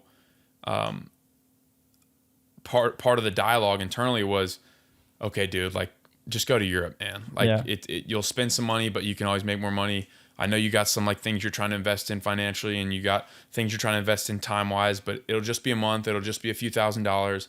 And then I kind of step back and I'm like, would the leverage I'd be able to create or build during that month be greater than the expense in that Europe trip? And I just think it would.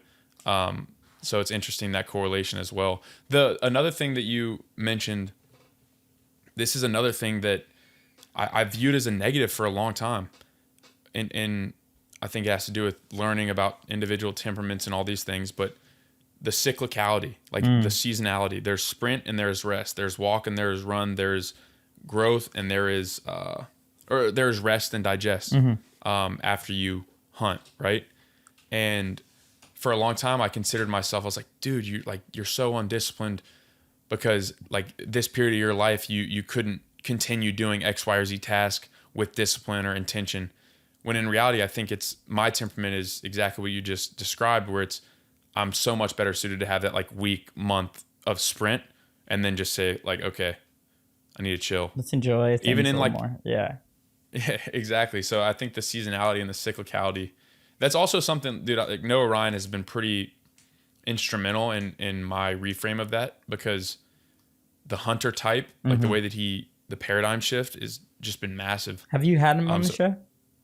I have not, dude. That's one of the guys that I'm like, not holding off, but I want to make sure that I can provide him enough value coming on. I don't know if I'm quite there yet. Oh, dude, you gotta get him on. You're like, I've been so impressed today just throughout this episode. Like, I sure as hell wasn't this good. It's episode 21, and like, I'm very conscious with some of the tendencies of podcasters and like good things, bad things people do. And I'm like, shit, he's hitting all the good ones, dude. He's doing a really good job. I've done like 5 episodes the past like 2 weeks, and like by far just so impressed, dude. So dude, Well, absolutely that, have him on the pod. You're ready for it. Dude, what's funny is I literally have I started doing the videos. Yep. I started sending DMs, and I have one recorded. I just haven't sent it. Maybe I'll send it tonight. Who knows? Send it, and I'll shoot him a text too. I'll let him know. Yeah, that'd be awesome, dude. That'd be great, because I not to like kiss his ass, but like his reframe really has been instrumental to me, because that's something. I took ADHD medicine. I don't know if you had that growing up or anything, but like I took freaking a methamphetamine pretty much for 7 years or not methamphetamine, maybe it was just an amphetamine, but for 7 years of my life. And crazy. Just some of the programming that I've like slowly undone, deleted. Yeah. And I've like realized, like, what the fuck were people telling me when I'm 13 years old as a young boy? They told me I can't focus and I have a attention disorder because I sit in a basement with shitty air and no natural light and listen to a fat teacher talk about shit I don't care about. Yeah. Of course I don't focus. Like, what the hell? Like, it's such a crazy idea that like, and thing that we do that's normalized. It's like one of those things that it almost reminds me of smoking in a sense, that like at the time, weed or like cigarettes? Smoking cigarettes, like back in when they were first introduced, and everyone smoked cigarettes and no one really realized what they were doing or the impact that they were having. And just this idea seems so crazy and nonsensical to us in hindsight. We're like, in hindsight, it's like, no shit, they're bad for you. But in like when we look at a classroom setting, like, no shit, kids can't focus. It's like, it's just the least environment that's conducive to success for a 13-year-old who's a bit disagreeable and wants to just go outside and play. And like, it's crazy the mindset we take with those things. Yeah, and even like, so that concept in and of itself is so like rudimentary. It's like, yeah, of course that makes so much sense. That's just straight up dumb. Yeah. Like, that doesn't make sense. But there's other more nuanced perspectives just about like what I just mentioned, like sprinting and walking and being more cognizant of that, and even implementing that into my regular day, not trying to do 2 energy units of work for 10 straight hours, but rather doing 4 for 1 hour and then none for 2 hours. And then just like applying that first principle to different parts of my life has been instrumental. But yeah, the ADHD thing, that's something that I spend a lot of time thinking about that, because I wonder how real sort of it is. Not to the same degree about your immune disorder, but like I wonder if there's anything that's irreparable, which kind of scares me in terms of like neurotoxicity and just dopamine overflow. And dude, when I think about some of the habits that I had, like it was insane. Just and I'm like, oh wait, I can directly attribute to that the fact that I had amphetamine running through my blood like 12 hours every day. That's a good thing to ask Noah Ryan about. Like, I'm sure he'd be pretty insightful when it comes to the long-term effects of stuff like that and things you can do to mitigate those effects, because the brain and the body in general are just so resilient. Like, it's crazy what we can endure. It really is. That's it never ceases to amaze me. Some of the things that I think about, like people that I've never met, are POWs, prisoners of war, specifically from like the Vietnam War and Japanese World War II. Like, are you familiar with Louis Zamperini, Unbroken? Oh, okay. Yes. First off, if you've never read that book. I've never read the book. I saw the movie. Dude, I saw the movie first as well. read the book, and it was one of those books where I had my phone and that book on the nightstand, and I'd wake up and read the book before I check my phone because I'm like, You're just so what into the fuck it. did this guy do? Yeah. So just people like that in terms of resiliency. Like there's dudes that literally spent 3, 4, 5 years in isolation in Vietnam as prisoners of war and then came out and they're happy dude. Like they're obviously they have trauma, but all intents and purposes they have lived quality lives since, and it's like that's unimaginable resilience. Crazy. Puts things into perspective when I complain about like random shit. Totally. Did you ever read the book Man's Search for Meaning? Viktor Frankl? Yeah. Frankl. Same concept. Same concept there. You're resilient. You're resilient. There's a lot in you that you can endure that you don't think you can endure. It's a good thing to remember. That's a phenomenal book. And I'm actually curious. I don't even know the answer to this. I probably should. How many episodes are you at right now? No, you definitely shouldn't because I don't keep track. I think I'm at 86. That's pretty cool, man. How does that feel? Like, do you ever have any moments where you like look back and think, holy shit, I've done 86 podcasts? Yeah, totally. I mean, it goes by so fast. Like I'm already in year 2 and it still feels like I'm just beginning. I mean, it just all happens so quickly in a way. It just all, you just look back at the discography, whatever it's called, like your whole discography, and you see all these episodes you've done and recorded and these relationships you've made, and you're like, shit, what a ride! Like, and it's almost like your baby. And then you see Rogan be like 2,000 episodes deep. I know, it's mind blowing, and it's cool to see, and it's cool to see Rogan doing that, and I've gotten so much better, and I've only done 86, and I can't imagine when you do 2,000. Like just he's really a master of the art of conversation. Like he could keep a convo going for 6 hours if he wants to or needs to, and it's a crazy skill to have, and I think it's worth studying and worth watching with a particular sense of awareness of like, how does he manage these conversations? What does he do differently than most people that he can just keep going? It is interesting because that I've noticed I've had a couple conversations go like 2.5 plus. But when you start approaching that 3 hour mark, something happens where it's like, okay, I'm ready. Yeah. Yeah, losing a little interest here. But he will, I mean, dude, Jocko Willink and Andrew Huberman have had 2 5+ hour conversations or something like that. Crazy. Which is insane. I don't even know if I've sat down that long at like one time. I know, right? It's crazy. It's remarkable, dude. And I like kind of can't even conceptualize. I'm at episode, this will be like my 20 something recording, 27, 28. 2,000. Like I'm sitting here thinking like, look at all the things I've learned. Look at this shit that I'm doing better. 2,000. That is insane. Crazy. 100 times more episodes. 100 times. Yeah, I didn't want to say the number because I'm bad at math. I was like, I might be way. I'm curious to hear if you shared a similar experience to me when starting. Did you look at any first episodes of other famous podcasters or first couple episodes? Yes.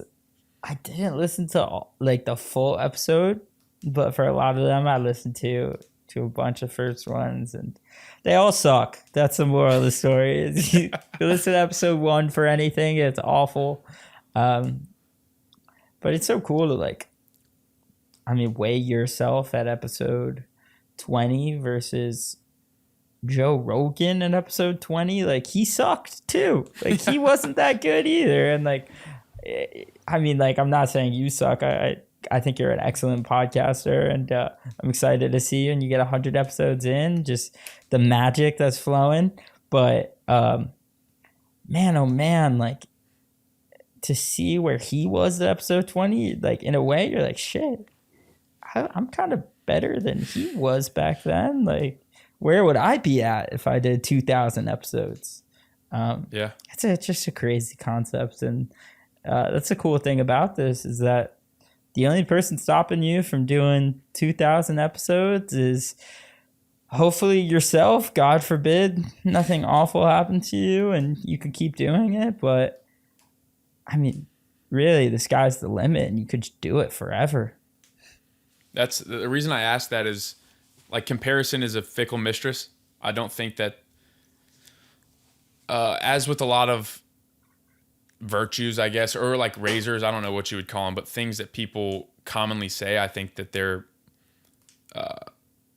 on the surface they make sense, but like comparison is the thief of joy, for example. In context, I think that's not true. As a general rule, comparison's probably not good. But one thing that actually helped me was watching those first episodes. Watching Joe Rogan's horrific first episode. It is awful. Like it is. It's like unwatchable. Dude, if he had anybody watch that whole thing, like power to him. Chris Williamson, another guy, on top of the podcasting world right now. It's not a good first podcast. No. Like it's just not good. And I'm watching that thinking, okay, I know for a fact, like my first episode will be at least on par with that. Yeah. Like at least, at the very least. Isn't that crazy though? Like just that to even comparison. Conceptualize. And now Chris Williamson's doing movies. Yeah, literally, like literal movies. Do you have any, like, is that a vision for you, like in the future with The Alchemist? Like what's your vision for like The Alchemist moving forward? I don't really know, to be honest. I don't know how big I really want it to be. Like when I started the podcast, I was like, all right, my goal in this is to speak with cool people I would have never met without the podcast. And I accomplish that almost every time I record. And like, so for me, I really try to just stay true to that and not try to chase some imaginary number that on paper seems like a good goal, but in reality, like, what does that even mean? And it's not something that like I'm really chasing for the money, like in whatsoever. If I never make a dollar from the podcast, I'll still do it. But yeah, so I really just try to stay glued to that concept of, man, you're accomplishing your goal every single time you record. You're doing the thing. Like you're in the game. Like I would love to do more in-person podcasts. I'd love meeting people in real life and hanging out, and just I think it produces a better conversation at times. And so I would like to do that. But outside of that, really not too many big goals. Like that idea is pretty cool, like the stuff that Chris Williamson does with the high production value, but no grand plans for the Alchemist library, just to stay in business. Yeah, exactly. There you go. Stay in business, stay afloat.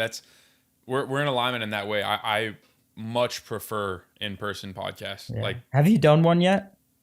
Yeah, my first like 7 or 8. Wow. First 7 were in person, and then a few sprinkled out with like throughout. But then right before I left Austin this last go round, I did 2 in a proper studio. Nice. That's fun. And right? Dude, that's like part of the reason why I'm going back to Austin is like I that's an addicting feeling. Like leaving the studio, like addicting. It's remarkable. Yeah. So that's like my only goal really is to continue. And it's so interesting to hear you say that. That's one thing that I noticed. I had this thought about the podcast. I'm like, oh, I'll be able to have conversations I'm already having. This will be cool, and I'll just put it out there. So wrong.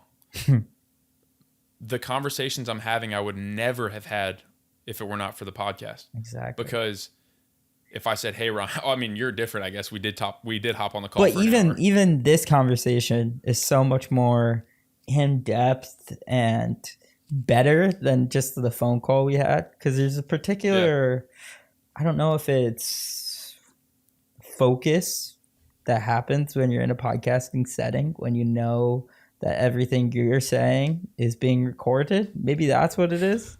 But in a way, it's just there's a beauty there when it's in a podcast setting and both persons' phones are off, and the sole purpose for this hour, 2 hours, 3 hours, it's just to have a conversation. We never do that in daily life. Even when you and me were on the phone, I was in a mall. I was like walking around a mall. I thought you were at the gym. I was like walking around a mall. Like I just wasn't fully focused. And I think that's the beauty of podcasting, is that you get to fully focus on conversation for 2 hours, which is a lost art in the modern world. Totally agree. And even from a standpoint of, yeah, I don't even know quite what it is, because even like a smaller podcast, like I had my holistic doctor on, for example, and I said, hey, I will literally pay for your time. Like, I'll pay you your hourly rate. We had an hour plus conversation. He's like, nah, you don't need to do that. But if I said, hey, Dr. Madelone, can I call you and we just talk for an hour and a half on the phone? He'd be like, hell no. If Yeah, you want to pay me, go ahead. But for some reason, in the context of a podcast, I think it has to do with the intention. And yeah, it's almost like the blinders for horses, totally. for the exact same reason that you just mentioned. It would be rude of me to be on my phone right now. It'd be rude of me to be doing X, Y, and Z. And also, given that you and I both want to get the most out of this that we can, like from a learning and a conversational standpoint, I don't want to be on my phone. Like, I haven't thought about being on my phone until literally just now. I have no interest in that because for some reason, like, the blinders are on. Also, this Zen is hitting real nice. Um, but no, the studios are. I'm assuming you've done quite a few A studios at few, this point. a few. I've done like 4. Yeah, 4. It's a game changer. So, what's it? How do you justify? Because, like you mentioned, it's not like you're. I'm assuming, but you're not like rolling in dough from the podcast. How do you justify the expense to go fly out, get a hotel, and whatever you're doing with somebody like Danco? Dude, honestly, like, it's just fun, like, exciting. Like, Danko's the guy I've been following for years, like, Yeah. years. So to have the opportunity to go, like, hang out with that guy for 2 hours, 3 hours, and chop it up it's really exciting to me. And yeah, like, it's definitely it's expensive to do. But by no means do I question pulling the trigger if I have the money to do so. And I feel blessed to have some money saved up that I can do so. But the outsized returns of doing it in person and making those connections they've been amazing. And it's much more fun as well. So I could justify it, but Yeah. they just hit different, man. Those in-person ones. Yeah. I'm actually leaving tomorrow to go to Montana, like 4 a.m. in the morning. Nice. And then on the way back, I'm stopping in Denver to do a podcast Let's go. with a guy. So it's kind of the same deal. I always told myself, or I have been telling myself, I like to think one of the paradigms that I've used, and I've mentioned this several times on my podcast, is changing expense or spending, like time, for example. Like, I'm going to go spend time with this person, to investing. I'm going to go invest time because that's a resource. And it is an investment. Like, that's such Absolutely. a great reframe. Like, it's such an interesting thing that you bring this up. I was just thinking about this. I did an episode with this guy, Arlen Moore. And when I did this episode, it was in California. I flew out to LA to do this convo with him. And I was looking for a studio to do it in, and I reached out to a bunch of people and couldn't find an ideal studio, so I didn't commit anywhere. And then this one studio calls me back. And they're like, hey, I know it's like way too expensive for you before. This was like a studio where they like record like the news, or like ESPN comes in and like records in there. Like, it's this big, Sitting crazy at a desk. production. Yeah, crazy production. And they're like, hey, we had a cancellation. I paid all of the freelancers already, so the guys are already there. I could do it for a huge discount for you. And granted, the original price was like $5,000 for the day. But they're like, we'll do it for you for like less than $1,000. And I was like, fuck, I just can't justify it. Like, it'd be so cool. And I went back and forth in my head for a while. And then I looked at my bank account. I had like just over $1,000. So it's going to be like $800. And I was just like, fuck it. Like, this is whatever. Let's just do it. So I committed to it, and we did it. We recorded a 3-hour podcast. The kid Arlen was like, dude, each one of these cameras is like $80,000. And we had 3 camera angles. So it was like this big, cool production. But the example that set and the connection that whole experience set with the kid Arlen.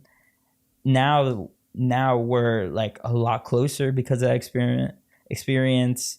We've done it in another episode since then. He's referred guests to me just because of how grand that experience was, how good of an experience it was with him. Investing in that experience has produced these dividends since then, and just continuing to do so. I think that like any investment, the value is in the compound interest. Absolutely. And I'm reminded of a lesson that I learned upon reflecting on my family does a lot of parties or like our house is the house to go to for Thanksgiving. I've literally had 40, 50, 60 people at my house every Thanksgiving for my entire life. Christmas as well. Crazy. And my mom would make such a big deal out of cleaning the house. Like I'm talking, the house would be pristine every single time. So we would open our presents and then we'd just start cleaning.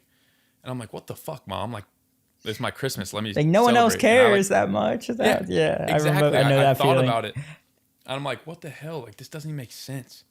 And then upon reflection, what I realize is it's not for us. What it does is it makes every single person that walks in the door of our house feel more important and more valued, that we took the time to make everything look like a brand new house. And that's exactly the same lesson I think you learned, because you showed Arlen that you're willing to invest in learning from him and in conversing with him and being with him and investing your time with him. And people like being invested in. People want to reciprocate that investment.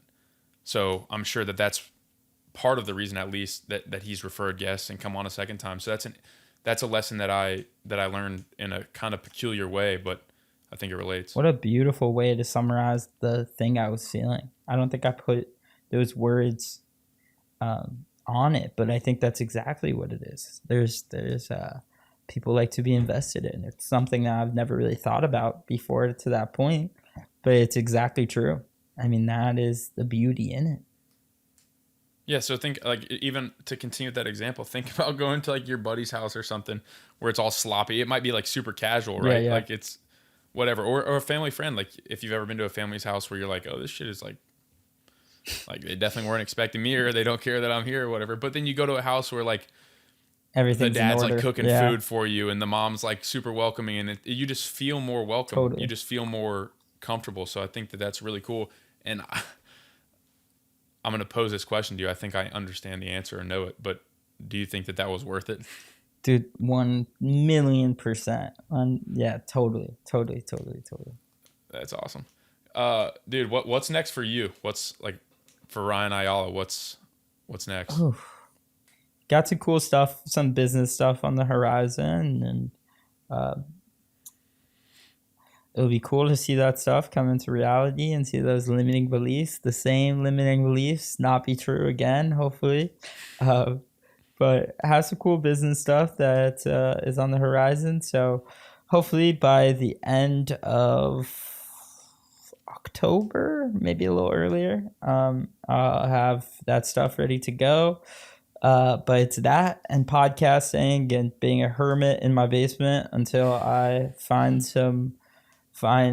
an environment to place myself in long term and actually like make those connections with other podcasters and people that are aligned with that vision, maybe in Austin, something like that. So we'll see, man. I'm not too sure. Just grinding away, and hopefully some good stuff will come from that.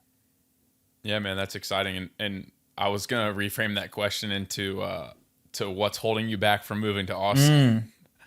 I guess that's the maybe the business stuff. But dude, like me and Zach spoke about this on our podcast a little bit, but when we spoke, I mean, we had an hour call the night before I spoke with you, and he speaks extremely highly of you, by the way, just candidly. The appeal, like, dude, Austin, I don't know. I just have this vision now of like maybe us three somewhere down the line, or just something along those lines. I just feel like we're all three very similar situations right now in terms of where we're at. I also think all three of us have, like we mentioned, Zach's got the monetization vehicle. You have the largest podcast. I'm You got the just a wisest guy. mind, dude. That's what I'm it is.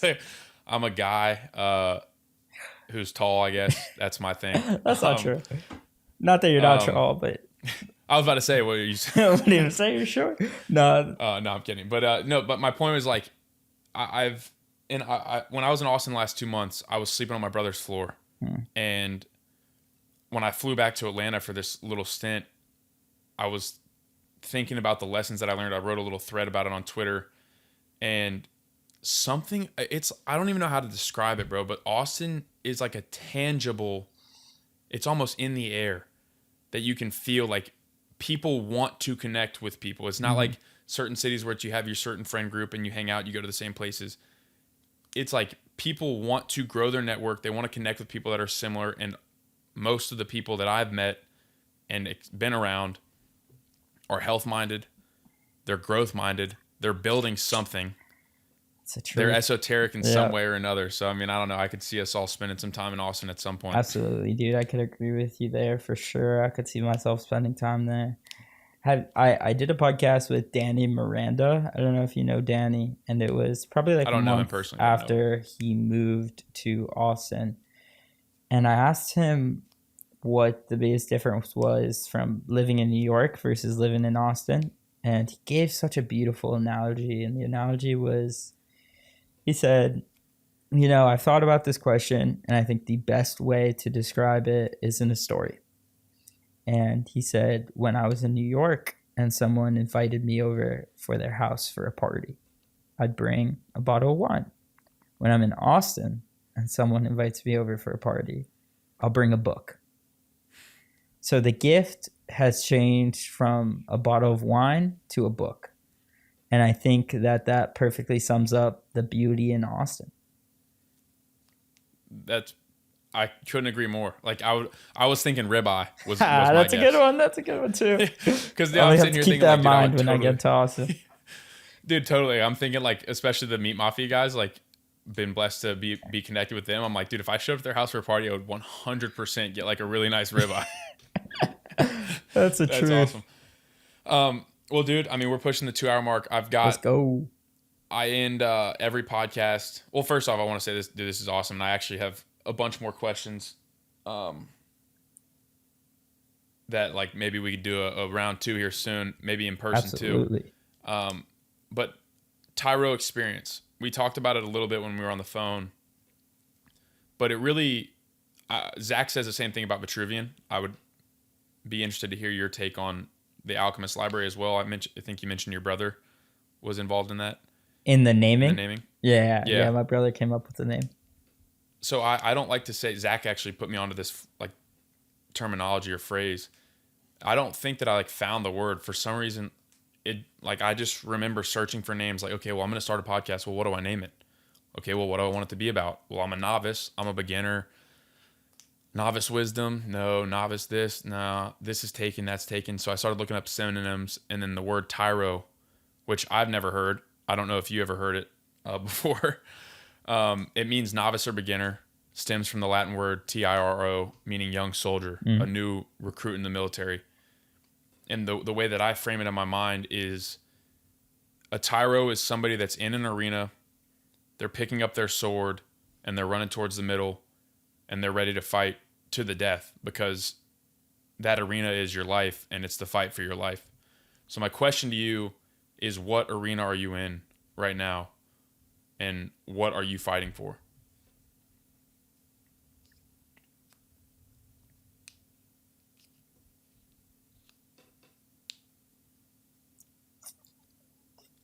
I want to say, so this is probably a bad answer, right? But I want to say the arena of life, but I don't think everyone's in the arena of life because I think you have to be conscious enough to realize that you're in the arena of life.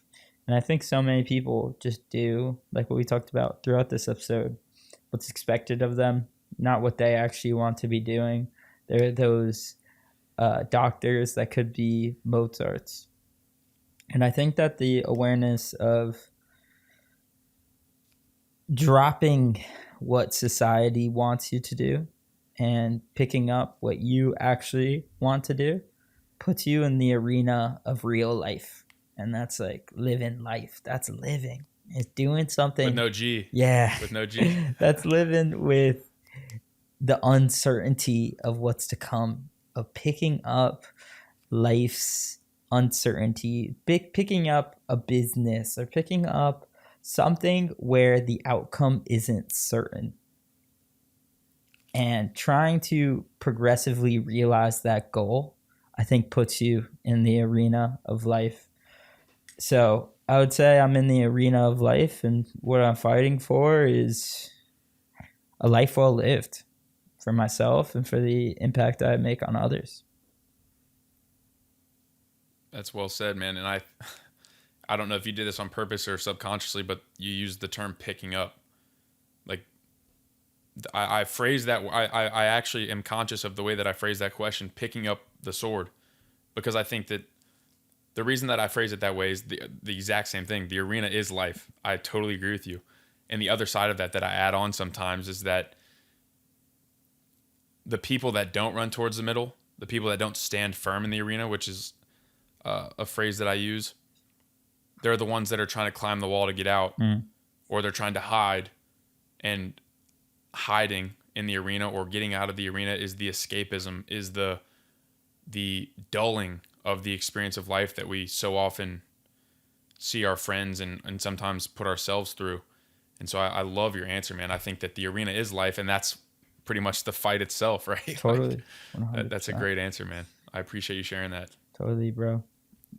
Dude, well, I appreciate it, man. This has been a real pleasure, real honor as well. Vice versa, man. It's 221. Crazy. I so appreciate you sticking with me and my ramblings for that long, and it's been a blast. Absolutely, man. Have to do another one in person. Yes, sir. Would love that. Hey, yeah, maybe another $5,000 studio too. We gotta do it. Right on, brother.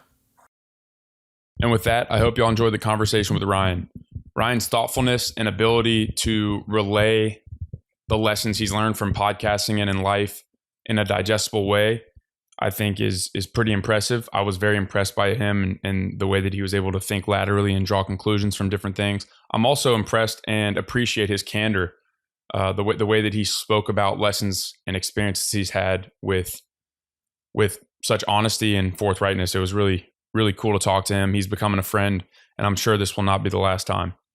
Connect with Ryan on Twitter at Ryan J. Ayala. That's RyanJAYALA.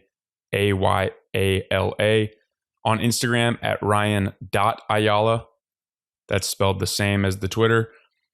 Follow the Instagram of the Alchemist Library Podcast at ALCHEMISTS.library. And listen to the Alchemist Library Podcast on Spotify, Apple, and YouTube. Guys, that's a really good podcast. Can't recommend it enough. Thank you for being a part of the Tyro Experience. Until next time, stand firm in the arena.